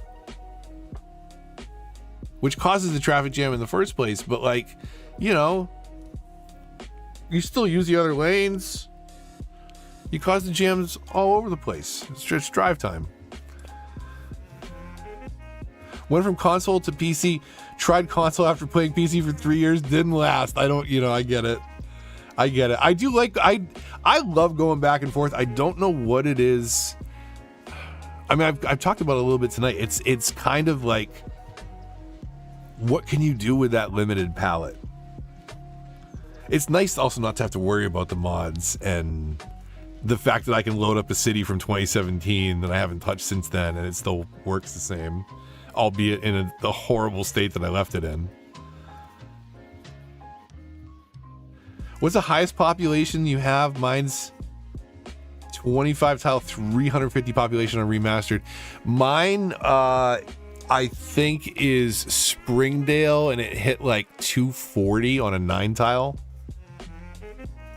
I think like 240s was my top on a 9 tile. I haven't like tried to go for it on remastered. Like I've only built, I think I have like a couple of nonsense saves, but I've got a couple, the only one I've really focused on was Meander, and it was a really purely aesthetically focused. I mean, as much as I could, I still like, I gotta go back and rethink spots and trim stuff down. Like there's a lot again that I don't want to go back and fix, but never something I really challenged myself to do population wise on remastered. Just add more lanes and watch them all sit in one. Exactly. It really, the interesting thing is like, it's about giving them left and right options off the highway. So like, if you stagger your exits off the highway, like one exit to the right, the next exit to the left, the next exit to the right, they'll actually split up the traffic a little bit better because they start to line up for where they want to go. And where they want to go is to that exit that's coming up on the right. And they don't care if there's another one before it. They want to be in the lane that's in the right because that's where their highway exit is. So if you can kind of design around that with some left-hand exits, you got to get creative with your highway flows. But that is one way you can try and correct some of those problems. But it's still very much, you know, there's some luck to it as well. If you have another right-hand exit beyond that ever down the highway, because they want to get in that lane early too.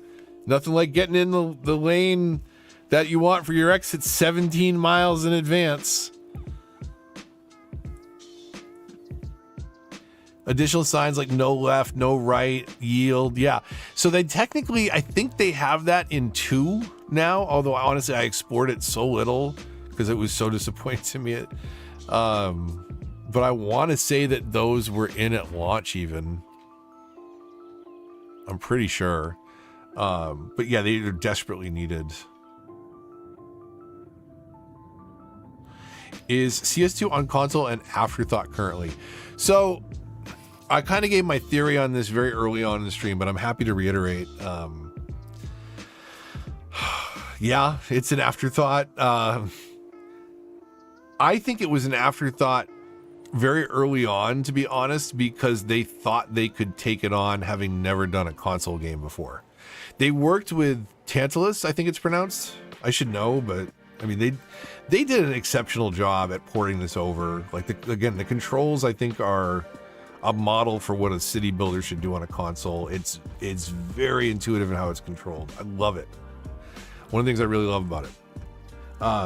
But Paradox, or not Paradox, Colossal Order, in partnership with Paradox, basically thought like, oh, you know, this thing that we did with Tantalus, let's not keep doing that. Let's do it ourselves, having never done a console game in-house before. And it was obviously a massive mistake because they shipped a pretty rough, still pretty rough, arguably PC game. And a year and a half later, don't have any news on when to expect a console game. So, you know, they announced this with 6 months to go, right? They announced this in March of 2023 when October was the release. They thought whatever shape it was in, 6 months from now, it's ready to go. And then 24 months, technically 26 months from that point, here we are still waiting for it. So they thought it was gonna be ready in 6 months. And 2 years later, they haven't figured out how to get this thing working. I mean, come on. You were lying your ass off if you thought this was going to be ready in 6 months. Bullshit. Bullshit.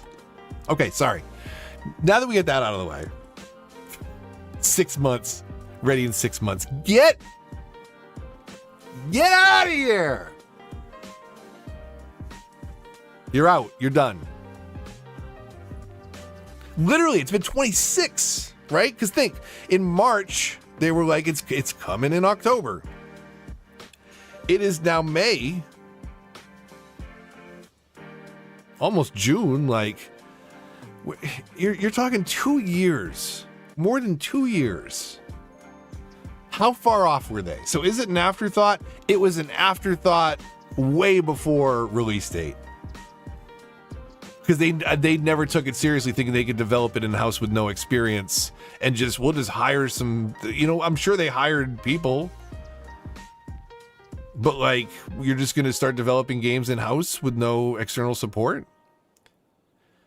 When the first PC game you made had no external support except for an incredible modding community that still supports it to this day? And the reason for the success is that modding community? Like, you gotta understand the assignment. Like, that's the thing that you can do. Not a lot of devs can pull that off. And I think people thought that they were going to do that with a sequel. That they were going to learn from all that community building and what the modders did.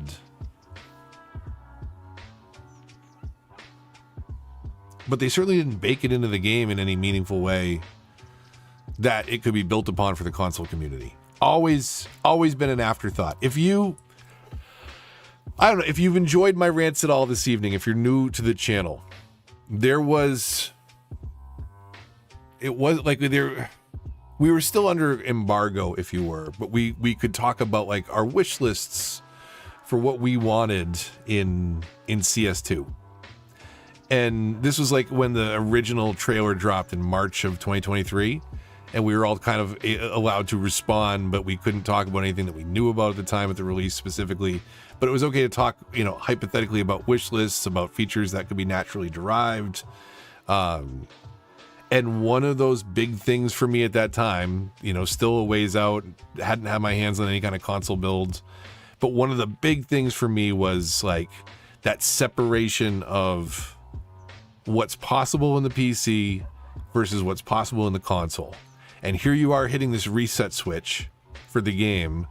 I remember at least part of the quote. It was, it was a video essay. I wrote it, and there's like a little bit of it's burned into my memory. But like at the end, it was, please don't forget console players. We want to build amazing things too. And because like, there are just like design elements that the console has left behind because of the reliance in part on mods and their lack of willingness to build it into the Xbox, which is capable because they want to have one flatter code base for the PlayStation as well. Like it's a whole conundrum. There's a lot of problems on top of problems. But I called that out very early on, that like console, like please don't let console be an afterthought, and it was an afterthought, and I could feel that in March of 2023. And you can get a sense for that in my wish list for the game, because the things that they were telling us that time weren't the things that we needed to hear to fix the console experience, if that makes sense.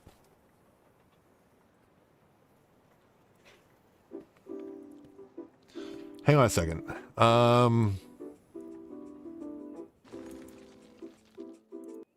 Can we call this up?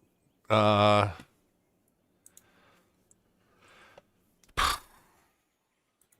on a second here. Channel. When would this have been? Can I react to my own content?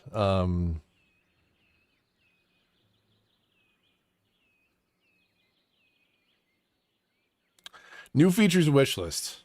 Okay, here we go. Move the mouse here, and big news. Hang on. See if I can stand my nasally voice. Probably not. I need to come into here. I need to go into studio mode. I need to go into capture and window capture. And do this one. That's the one. Okay. News today, it's finally. Did I call it? confirmed I that don't know. City Skylines 2 is in development. Although I can't say much at this stage, I am excited to say one of my favorite features was part of the big reveal. Okay, keep in mind my excitement here. This is the trailer just dropped. We're not allowed to talk about anything that we know about the game. We're only allowed to talk about like what they revealed and what we could derive from this. And when we asked, we were like, we can talk about seasons. Like, it's cool. Like, you know, they don't say a feature list, but it was like obvious that seasons were a thing. Like, there's some genuine excitement here, but that is to set the stage. That is the context for this. The announcement just happened. Of course, in the back of my mind, I'm also like, damn, we just got everybody excited for Remastered in my community, and now this. But anyways, Seasons are coming. we're allowed to Skylines talk about 2. wish lists. Subscribers may remember my season Portsmouth! 7 Let's Play based on Portsmouth, New Hampshire.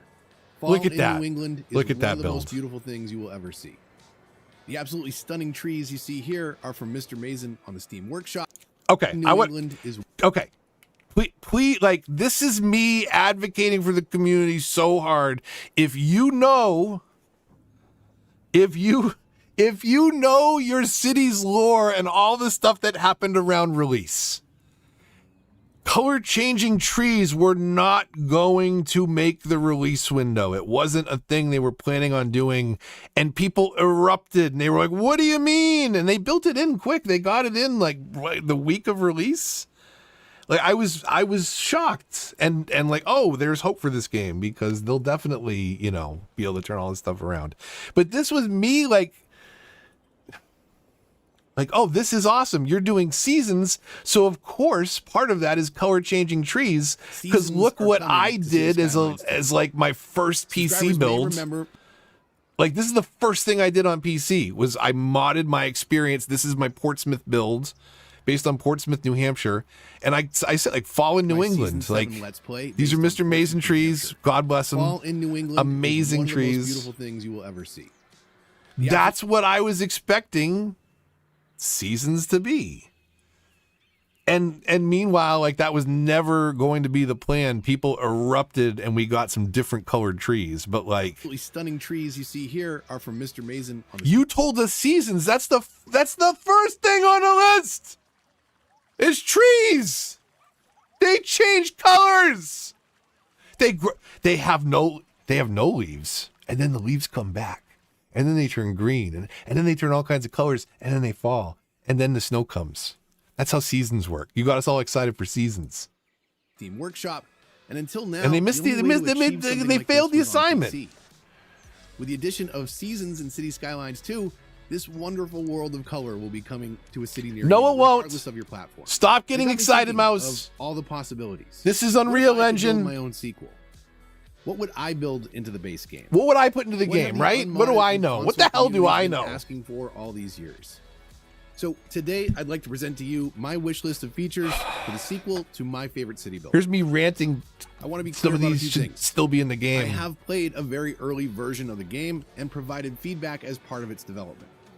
And I'll most likely be getting early access. I as it was continues excited. Development prior to release. All of that aside, what I Idea, am this is about gonna to get me that discuss play is button. purely my wish list for the game, and in no way reflects the current or future state of the game. If I could Frankenstein all the features I want into the game, what would they be? And That would it story be blocks better than license some of is its really parts? worth it. Let me know what you think in the comments down below. The following are in no particular order. I'd like to put one pipe dream to rest right away, and that's Unreal Engine 5. When I saw the tech demo for The Matrix Awakens, I immediately wanted a city builder in Absolutely this sick engine. tech demo. It's an impressive showcase of what's possible in Unreal 5. This footage was captured in 1080-60 on an Xbox Series X. As great as the cutscenes and action are, it's at the very end of the demo they let you explore this wide open city. A You can just fully walk around realized, this, like, living and it's- breathing city. Full of AI The traffic, compression on YouTube doesn't pedestrians. do it justice. As Like, great as it Unreal does looks, really good. City Skylines was made in Unity. Yeah. All This the is, current but mod this was support is a. built within Unity. So just to be clear, Sin, this is me speaking from the perspective of like, what's your wish list, right? In March of, I realize the game sounds are still going in the background there. It's giving life to this city that's paused. This is the day that the trailer came out, and we could talk about our wish list. We couldn't talk about what we knew about the game. And a lot of people were speculating because of the trailer and the cutscenes, and that's an asset from Unreal, so it must be Unreal Engine. This is me talking about that, and as much as I would love to see a game in Unreal Engine, because the tech demo that was The Matrix, I think, makes a really compelling case for you could make a cool city painter in that. Okay, sorry, I'm already spending too much time explaining it. If you caught that, sorry. That's okay, but no worries. And right? a quick web search at time of writing. But yeah, no longer- and then this is me coming with receipts, because I was like, because people were like perpetuating that rumor, and I was like, I'm sorry, I checked the Wayback Machine, and they've been hiring nothing but Unity devs for the past 6 months. there at time of recording had an opening at Colossal Order very recently for a Unity dev. All of this leads me to believe Cities 2 is firmly rooted in Unity as well. Could we please Here's get an hoping Unreal? someone Here's the thing, somewhere- right? Like, you know what I thought was funny? When like I talked about this around this time, and I was in a to my live stream dash dropped. Are we still connected?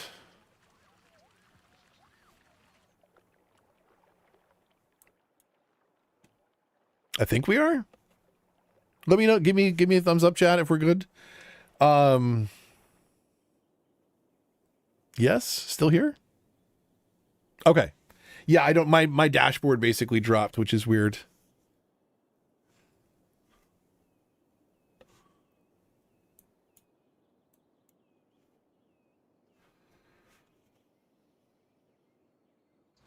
Okay. I also think I've been in the wrong mode, because I've been ranting on camera, but I didn't have the studio mode set, so that's fun.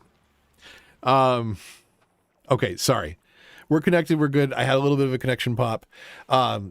This, like, when I said in one of the creator discords, like, it was a bunch of creators and modders, and like I won't say who specifically, but like it wasn't a secret that, you know, we had these discords. It just, like, we didn't talk about specifically about membership. But when I mentioned, like, you know, oh, like, I know it's not in Unreal, but an Unreal Engine would be really cool. Have you guys seen the tech demo and how you can fly around and move around in the Matrix? Like, the Unreal tech would be really cool for a city builder.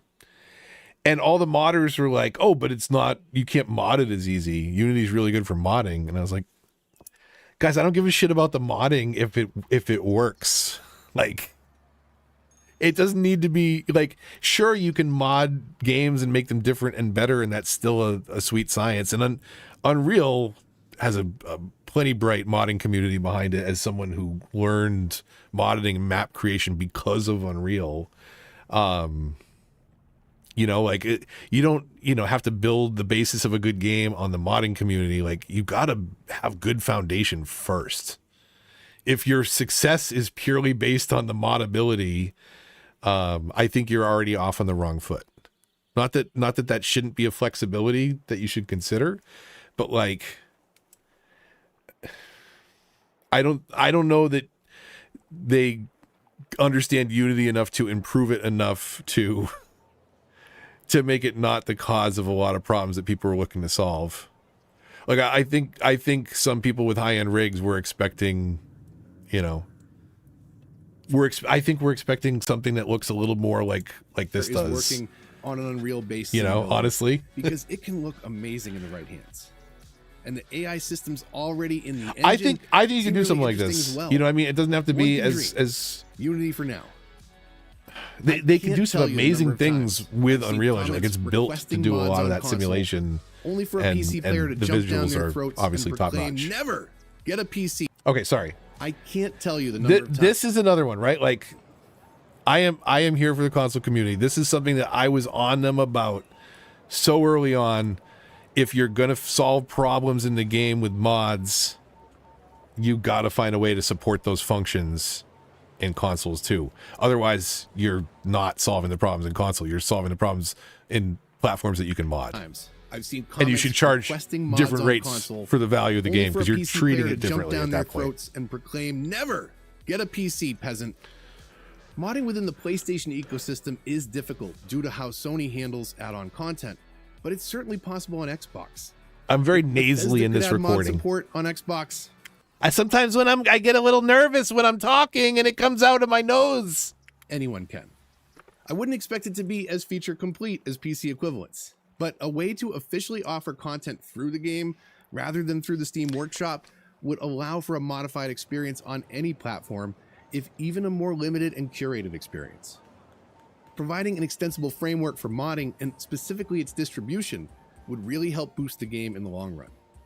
So I If was an no advocate native mod support, for at some please level Paradox build mods. popular mods into the game. The good news here is I think we're already seeing that with City Skylines Remastered, which Okay, so what we saw and what we knew of at that point was effectively like a road anarchy tool, which is a really cool concept. Like you can just drag roads and build over roads. Like that's awesome. That's great. Like we need that desperately. But that was kind of all we got in terms of like tools that were baked into the game. So like, okay, here we'll go through the list, right? Like what did I want with features like 25 versus tiles, what did we auto get? bulldozer, precision engineering. Surface here with features like 25 tiles, Okay, this is stuff that we got in remastered. 25 auto tiles, bulldozer, precision engineering. auto bulldozer, precision engineering. I think to some extent, right, you've got like, you know, angles and more functional controls, but you've also got a grid that like was broken at launch. I don't know how much better it is now that the grids were so frustrating. So little things It'd like be that, nice to sure. see a few more mods in the mainline but, game. like, It seems move that's it. something that they are looking at and listening to. If the community wants to play the game a different way, build that into the game. I hope what started with Remastered continues. The aforementioned support network for mods would be a great way to augment this. And what about multiplayer? Not even multiplayer in the traditional sense. A way of to the shared save experience, and share but at least maps. a way to easily share cities. There is an amazing community behind this game. A community that goes to great lengths and jumps through many hoops to share builds. Please make that easier. PC to PC, console to console, PC to console. Be nice. Mods will always And in complicate theory things possible here. in the base game, but Maybe having some sort of built-in when your base game isn't something that people want to play on PC because they have to mod it, then it kind of becomes untenable. mod support. I wonder if anyone's unrealistic on many levels. Mixed use zoning common form was a of call zoning out in the that US I is had, Euclidean and I'm zoning, so glad that they which included divides that. towns into districts, creating specific zones where certain But I don't think it's a mixed use building type. It's a building type. It's not like a functional zone difference. And like I think they could have done a lot more with it. A lot of Boston area, like Boston is a big little city. Like there's a couple skyscrapers in the middle of downtown Boston, and all of the surrounding neighborhoods like Somerville, Watertown, like all the places that are around the area, they're just very small. They're small towns of townhouses that are just built up over years. And in a lot of the commercial areas on the main strips, like you will have a 7-Eleven with apartments on top. Like the whole street is commercial with apartments on top. And it's a functionally different vibe in a city, not to mention just, you know, aesthetically. And then they really only hit the land aesthetics. uses are either permitted or prohibited. They missed the boat. I grew up 1 block away from a convenience store with apartments on top. You can easily find plenty of examples. Cities and towns all over mix lots of commercial and residential in their city centers. It would be nice to be able to reflect that in our builds. Along the same lines, medium density zoning would be a game changer. Today, houses are single family or 40-story apartments. They hit this too. Sure, you can high-rise So this was band, but this was a what good pain. call out. Ask yourself, what problem is being fixed by painting a district and setting a high-rise band? The same problem you can fix with medium density zoning. Let us skip a step on our way to growing more realistic cities, even those of us still zoning instead of plopping in 2023. Along the same lines, I'd just like to say that, like, here I am advocating for that and not actually putting into practice because my cities are all like low density and then max level across the street. But, you know, It would be I am nice to have more advocating realistic for the features that matter. population counts, or if not that, more realistic coverage for city services. I live in a town of around 100,000 population. Our public high schools each support more than 2,000 students. If City Logic says that 20 people and 4 families can move into a single family house, maybe we can support more students in the school as well. It's very strange to me that a town... They did, I think, was it just after that they released the high capacity, or was that around the time of remastered? I don't even remember. Was the high capacity parks and plazas? But like the capacity is so stupid. I was complaining about the dumps earlier. You need 17 dumps for a small town. You need 14 high schools. Like, do they know how high schools work? Like, it's wild. So one of a few Still a thousand complaint. people needs multiple high schools or multiple dumps. It just doesn't make sense. okay, to I've been scale. complaining about the For dumps in high realism's schools sake, for a I while. hope it's something that they're looking into. For this next one, I'm going to lump a bunch of stuff together. If I'm playing with cheats, it's because I want to build the city of my dreams, not one bounded by monetary limitations. In turn, I certainly don't want to be constrained by having to place things perfectly on a grid. Give me grid-free placement, please. Ploppable and growable buildings wherever I want? Thank you. Trees that rotate? Seriously, how is this not in the game already? I I'm pretty complained sure about at that this earlier point in tonight. City's life cycle- I'm a one-trick pony. I have I feel like I'm a politician who just goes around telling the same story again and again, trying to drum up support for the console cause that will never get the support that it needs in any meaningful way. And it's not for lack of efforts. It's for lack of heart on the part of the developer. The devs are acutely aware of the importance of mods like Anarchy and Move It. Please provide that freedom to players of the base game. And how about native VR support, not a separate game? That's it. That one's quick. Title speaks for itself. I mean, that was really more thrown in there for a joke, obviously, for the quick nature of it. But like, they came up with a completely separate VR title. Like, just give me a VR view. Like, it doesn't even have to have good controls. I'll use the same controller in my hand or the same keyboard and mouse, but just give me that God view in a VR headset. That's fine. You don't need a separate game. And my God, PlayStation Cities VR is so frustratingly horrible. I should have done a video on how horrible it is. It's remarkably terrible from a design perspective. It literally in the sense of the word remarkable, but in a negative way. It's very worthy of remark how horrible it is. That's my review. Don't buy Cities VR on PlayStation. This one is kind of a no-brainer. With a generational leap in a game, everything's supposed to be bigger, better, faster, stronger. 9 tiles was okay, 25 was better, 81 was the best we could wish for last time around. But how big can cities get this time? This is footage of Rosewood. Imagine a Transport Fever style area overview with multiple independent cities, maybe even the ability to import and export goods between them. Imagine working on your coastal town, zooming out to the satellite view. This is my and back attempt down at into a neighboring GTA, city, with 5 Google style. Maps. You know the saying, give an inch and they take a mile? That's I all think that right. applies here. I'm a Please give us 46-year-old as much dad. What do you space want? as possible. And then a little more. We got bigger maps though. City Skylines Remastered just released. And by the way, the irony of that timing is not lost on me. I was ready to dive back in, but the game wasn't ready. All the DLC isn't there yet. And if it was, I'd still have to start over from scratch, unlock. I can still hear the excitement and hope and the smile on my face as I am reading this criticism. And I don't know, like, some of you know me well enough that you know what I'm talking about. But, like, I literally can hear the smile on my face because I am filled with the excitement that this game is coming and it will be better than I am worried about. And I'm just being ridiculous and melodramatic, probably. Not for clicks, but because it's fun to just rant and rave. But it turns out it was all legitimate concern and complaint, and that the smile in the background that I'm holding on to is unwarranted. Unlocking all unique buildings in order to be able to use things like monuments. That's what my voice sounds like if I smile. If I smile like a maniac and talk about this game with hope. Because I haven't seen it at this point. Well, I had seen the game at this point, but not the release candidate. We're like 6 months out at this point, so it didn't change that much.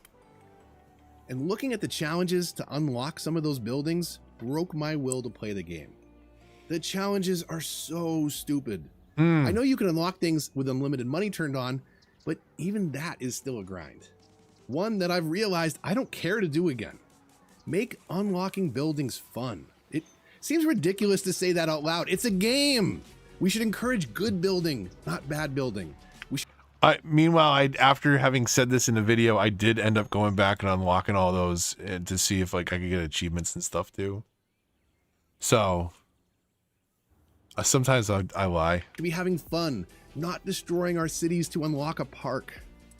An easy way around this issue would be to actually unlock all buildings, including uniques, when activating the unlock all cheat. But they did add this feature into remastered after I made this complaint.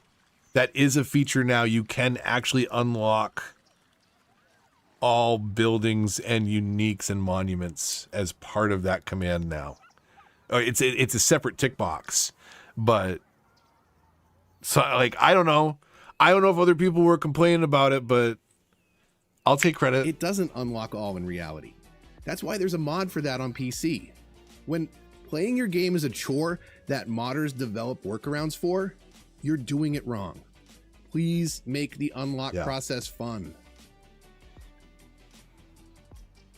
Take a look at the store page for City Skylines on Steam, and you'll find this. It's like I saw, like, what, did I have a crystal ball, CO? No.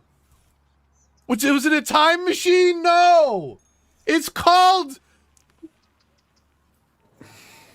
Okay, stay calm. Stay calm.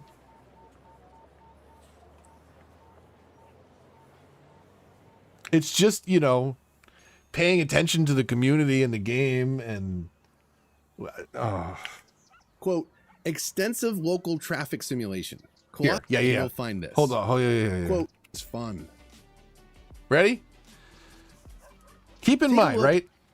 This is how they marketed the first game. At the store page for City Skylines on Steam, and you'll find this. Quote, extensive local traffic simulation. Colossal Order's extensive experience developing the Cities in Motion series is fully utilized in a fully fleshed out and well-crafted local traffic simulation. A well-crafted traffic simulation with only the most basic controls for traffic. Vanilla Cities on console has an on-off switch for stoplights and stop signs, and that's it. There's a lot more to managing traffic than that. And let's be honest, the AI is really dumb. To call it intelligence is an insult to intelligent life forms everywhere. I've seen comments suggesting clever when I wrote lane it. Closures, breakdowns, and accidents be added to the game. No, please. Maybe once we have some tools built into the game for dealing with traffic, like lane arrows, yield signs, anything but the most basic controls. Yeah, that was killing me when people were like, "Yo, put in construction and accidents," and like, man, do you know how bad the traffic management is when you have mods? Can you shut up over there? Then yes, sure. Let's make traffic like, we were out, and then now you're asking for homework? Worse. But please don't do that until you've given us ways to address the issues already baked into the game. One of my most popular videos is managing traffic without mods. And there's a reason it's so popular, because there are plenty of players out there where modding isn't an option. Which brings me to my final point. I see comments from time to time like, how can you play this game on a console? Or how can you play this game with a controller? And I'll let you in on a little secret. It's actually a really good port. The controls are great, and for quite a while, it ran pretty well too. I really repeat myself but a lot. Not anymore. So much has been bolted on, it's starting to come apart at the seams. Please don't misunderstand. I love Cities on console. It has its limitations, but you can do a lot with it. Please don't make the console community an afterthought. Please don't design maps, the majority of which an unmodded player may never touch. Please consider that the core game is what's most important, because everything else is built off of it. I will continue to advocate for the console community. I have no doubts City Skylines 2 will be remarkable. It's funny that I was just explaining how remarkable could be used in a very negative context too. But at the time, I was thinking like, sure, this will be moddable and have all the things that all the PC players want. But in the back of my brain, I'm wondering like, how is this ever going to be a thing on console? They have not shown at that point in March 2023 that they were capable of these things on console. I had no reason to believe that that was the case. And 26 months later, exactly, here we are. But this was my, this is the summary, right? I have no doubts City Skylines 2 will be remarkable. I just hope that experience is the same for everyone, regardless of platform. Nope. In my day job, I'm a software engineer. I've spent much of my career working closely with developers and product managers at large publicly traded companies. I know tough decisions sometimes need to be made. I know not every bell and whistle can make it into a finished product. I know money drives most decisions. But customer experience has to be part of the equation. PC players have had a terrific experience with cities for 8+ years. A big part of that is due to the modding community, not something console players have access to. If you're going to sell a game to console players, please don't forget them. We want to build amazing things too. So that's my wish list. What I would include in the game. What do we get? What I would go to the drawing board to solve. What I would advocate we got for nothing when it comes to player experience. No game for you. I'm sure I forgot something. And also sure, we forgot the let me know game in the comments down below. At the end of the day, what do I know? I don't work for Colossal Order or Paradox. I'm a 44-year-old dad who likes making gaming related videos. And a lot of those where's the time go? Console edition. If you're new here, subscribe for more, and I'll see you on the next one. If you enjoyed the video, leave a like. If you didn't, don't. Stay tuned for more City Skylines 2 related news whenever we can share.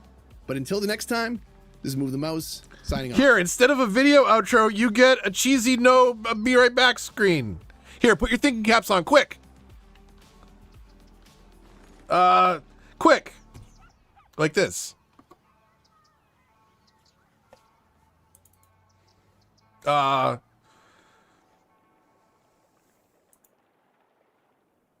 No?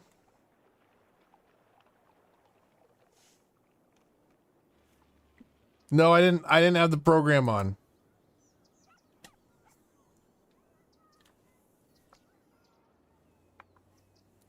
Okay. No, seriously though, put your thinking caps on.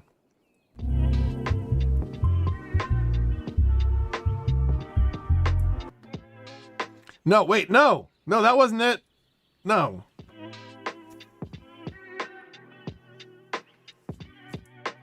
It really wasn't worth the joke at this point. It's honestly awful. I'm sorry. I'm sorry I did that. I didn't appreciate you. I do appreciate you, but I didn't appreciate you with that. Okay, man. Time does fly. It is 1 a.m. I should call it. I appreciate all of you. If we get another DLC, what would you want? That's a tough one. Just like give me a Move It DLC and a Road Anarchy DLC. Although, you know what? Honestly, I advocated for this many times, and I think he stopped making content, which is unfortunate. Yumble, I don't know where he's at now. He's New England born. I know he did a series about a town he grew up in. But Yumble, a Yumble intersection DLC pack, I actually advocated for it many times to him and to CO and PDX. I think people would. There was a time when his channel was popping, and people would have scooped up a Yumble intersection pack. Like, just let him go as crazy as possible with the vanilla mechanics and crunch stuff and break it and upload it as a DLC. Woo! Yes, please. That would have sold like hotcakes in my opinion, because it was many updates later that they finally added in some intersections, and I don't remember if that was part of one of the DLC content creator packs, or was that part of an update? But they finally added, like, I mean, I guess I could look, right? What are those intersections now? Where are they? Are they in the intersections? No.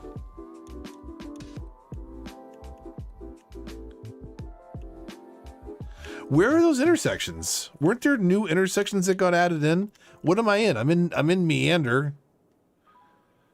Do I not have all the DLC?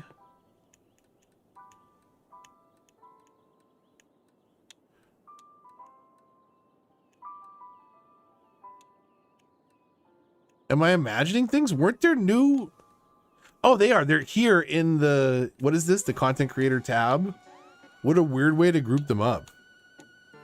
But yeah, so like there's these interchanges that they built in, which, you know, that's kind of cool. What was it? The map pack 3 they built them into? Which is okay, but like there could have been like a really cool like urban interchange pack by Yumble. That would have been that's still, I think, a no-brainer DLC. If you can get him to come back. I don't know. I don't think he's posted anything in a while. He did like 2 Cities 2 videos and was like, oh, I'm not getting views on this. I'm done. I'm retired. At least I think. I don't know. Hope it's not something else. He was at 91K too. That's frustrating. Let me see. Last video over a year ago.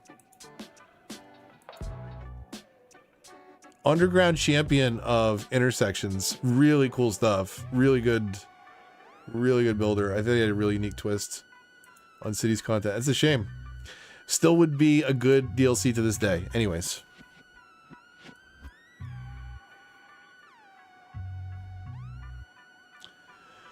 Yeah, update your games. Let's start building. If you are down to join the Discord, come on by.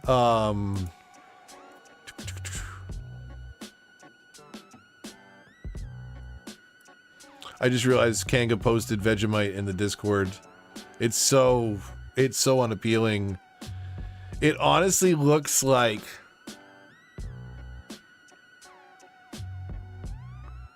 if anybody's had a newborn, like it looks like they took something out of the diaper and like scraped it on a piece of toast. It's horrific. I'm sorry. If Vegemite is your thing, that's another stream. That's another stream.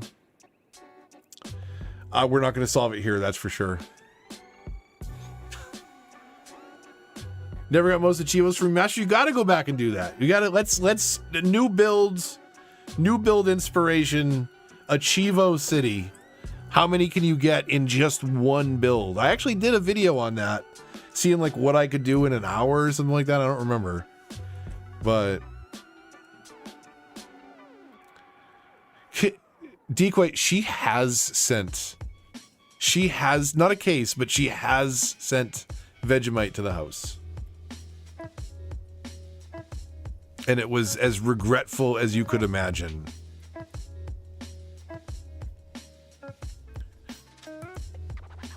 It's good at keeping intruders away, though. Seems to scare them off when you wear it as face paint. Down for the challenge? Let's come up with some challenges. We might one tile. We might maybe do a Plainville, build them up as we go. Everybody can play along on that. We'll see the most ridiculous campus. We'll come up with some stuff. I am interested to know like what you could max out for Achievos though. Like where am I at? Let me check real quick.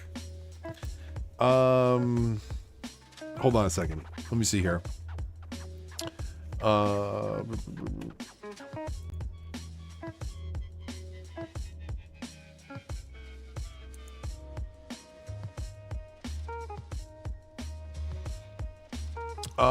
Let me see. Whatever. Where do you get to Achievos? 68 of 122? That doesn't seem like a lot. That's like half. Like that's one of the things, like, I didn't want to go back and get a lot of the grinding for the achievements and the unique buildings and stuff was not fun. So like I just didn't go back and do it. Okay. I'm going to compare with friends. Some of you are on this list. I don't know what we might learn here.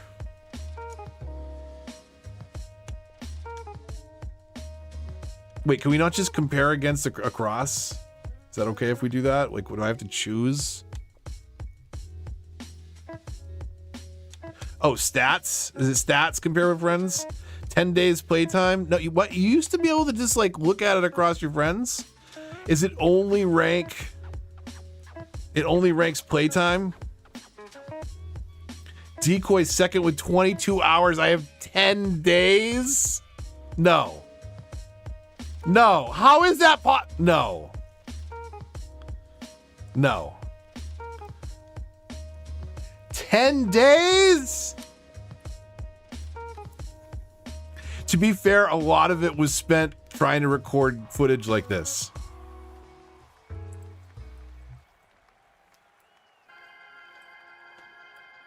No, there's definitely, I don't know, maybe here, possibly, but there's definitely plenty of PlayStationers out there.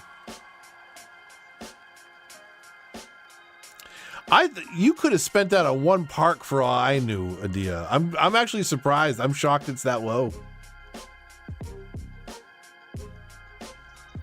Especially with all the you know what it was? That tornado hit and you were like, you know what? This is it. I've invested my time. I'm good. I'll just watch it. I'll watch other people play it. I'll donate to have them have tornadoes instead.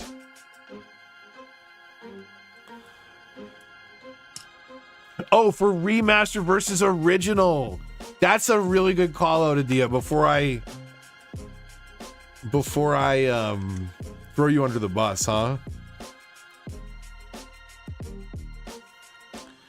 Okay, so if I'm in that game, don't worry about that. It's fine. Okay, I've got 85 of 122 here. So what do? We go to all on this.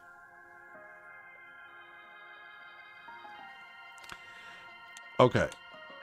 Is it the Windows 10 edition technically? I'd be interested in what I'd never got here. That could be another fun achievement. 84 days! Okay, there you go. That makes me feel better. 27 and 24 days. Okay. Okay, I feel better about that now. I don't feel so bad. Fewest days to reach 100,000 population.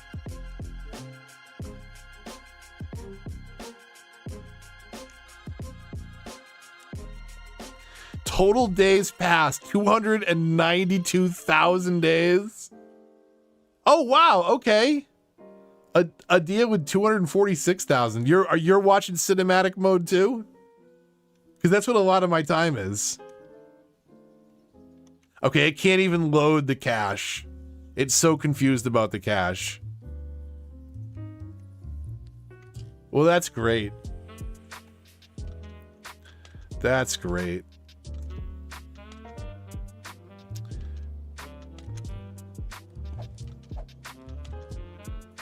Well, that was a blast.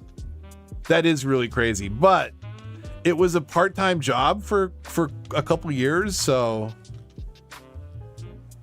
I made a lot of content around this game. and most of it around the original console version. There was one short-lived season on PlayStation. There was a pipe dream of doing a Switch build that was pointless, so I never even bothered. Listening to the radio. See, I've never listened to the radio commercials. I don't even know what the deal is with the commercials. I just have the music. Some of the stations were all right. I like the original City soundtrack. I like Mars Radio, which is Surviving Mars. Then what was it? There were some other good ones. The Downtown Lo-Fi. There was a station. Paradise Radio's okay. K-pop's all right if you like K-pop. There's some alright radio stations in the game, but that too, like, you know, you could do Spotify on consoles now, so like, there's very easy ways to integrate other music sources. So that being a, you know, $3 a hit still seems really weird to me. Because it's not that great that it needs to be paid licensing at, you know, $3 an album. No offense to the creators. Like, I like some of them, but the reason that I have them in game is because they were given to me for free. I wouldn't recommend that people go out and buy them, especially when you can call up most of this music. Again, on Spotify, just like you can bring it up in your dashboard. You can bring it up on your computer in the background. There's podcasts, there's Audible. There's better ways to spend that than on these. But for free, I'm okay with that.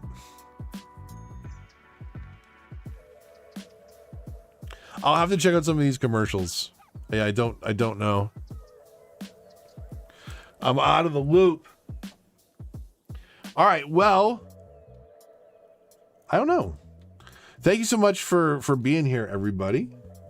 Memorial Day, looking back on memories. There was actually very nostalgic. It was a blast.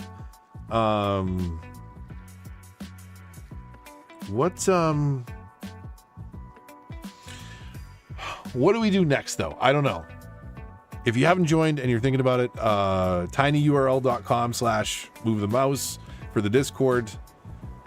Come help us come up with stupid ideas in there, and we'll challenge each other to some cities builds, and stay tuned about upcoming live streams and stuff like that, and just general stupid posts as well. Plenty of that going on. Well, I shouldn't say that. It's not very busy, so don't expect it to be super active, but come on by. Enjoyed this evening, and we'll be back with more cities content very soon. Until the next one, if you need Reddit links or Vegemite, we've got contacts, so let me know. Thanks, Adia. Appreciate it. That does look right. There's one way to find out. Does that not recognize as a link?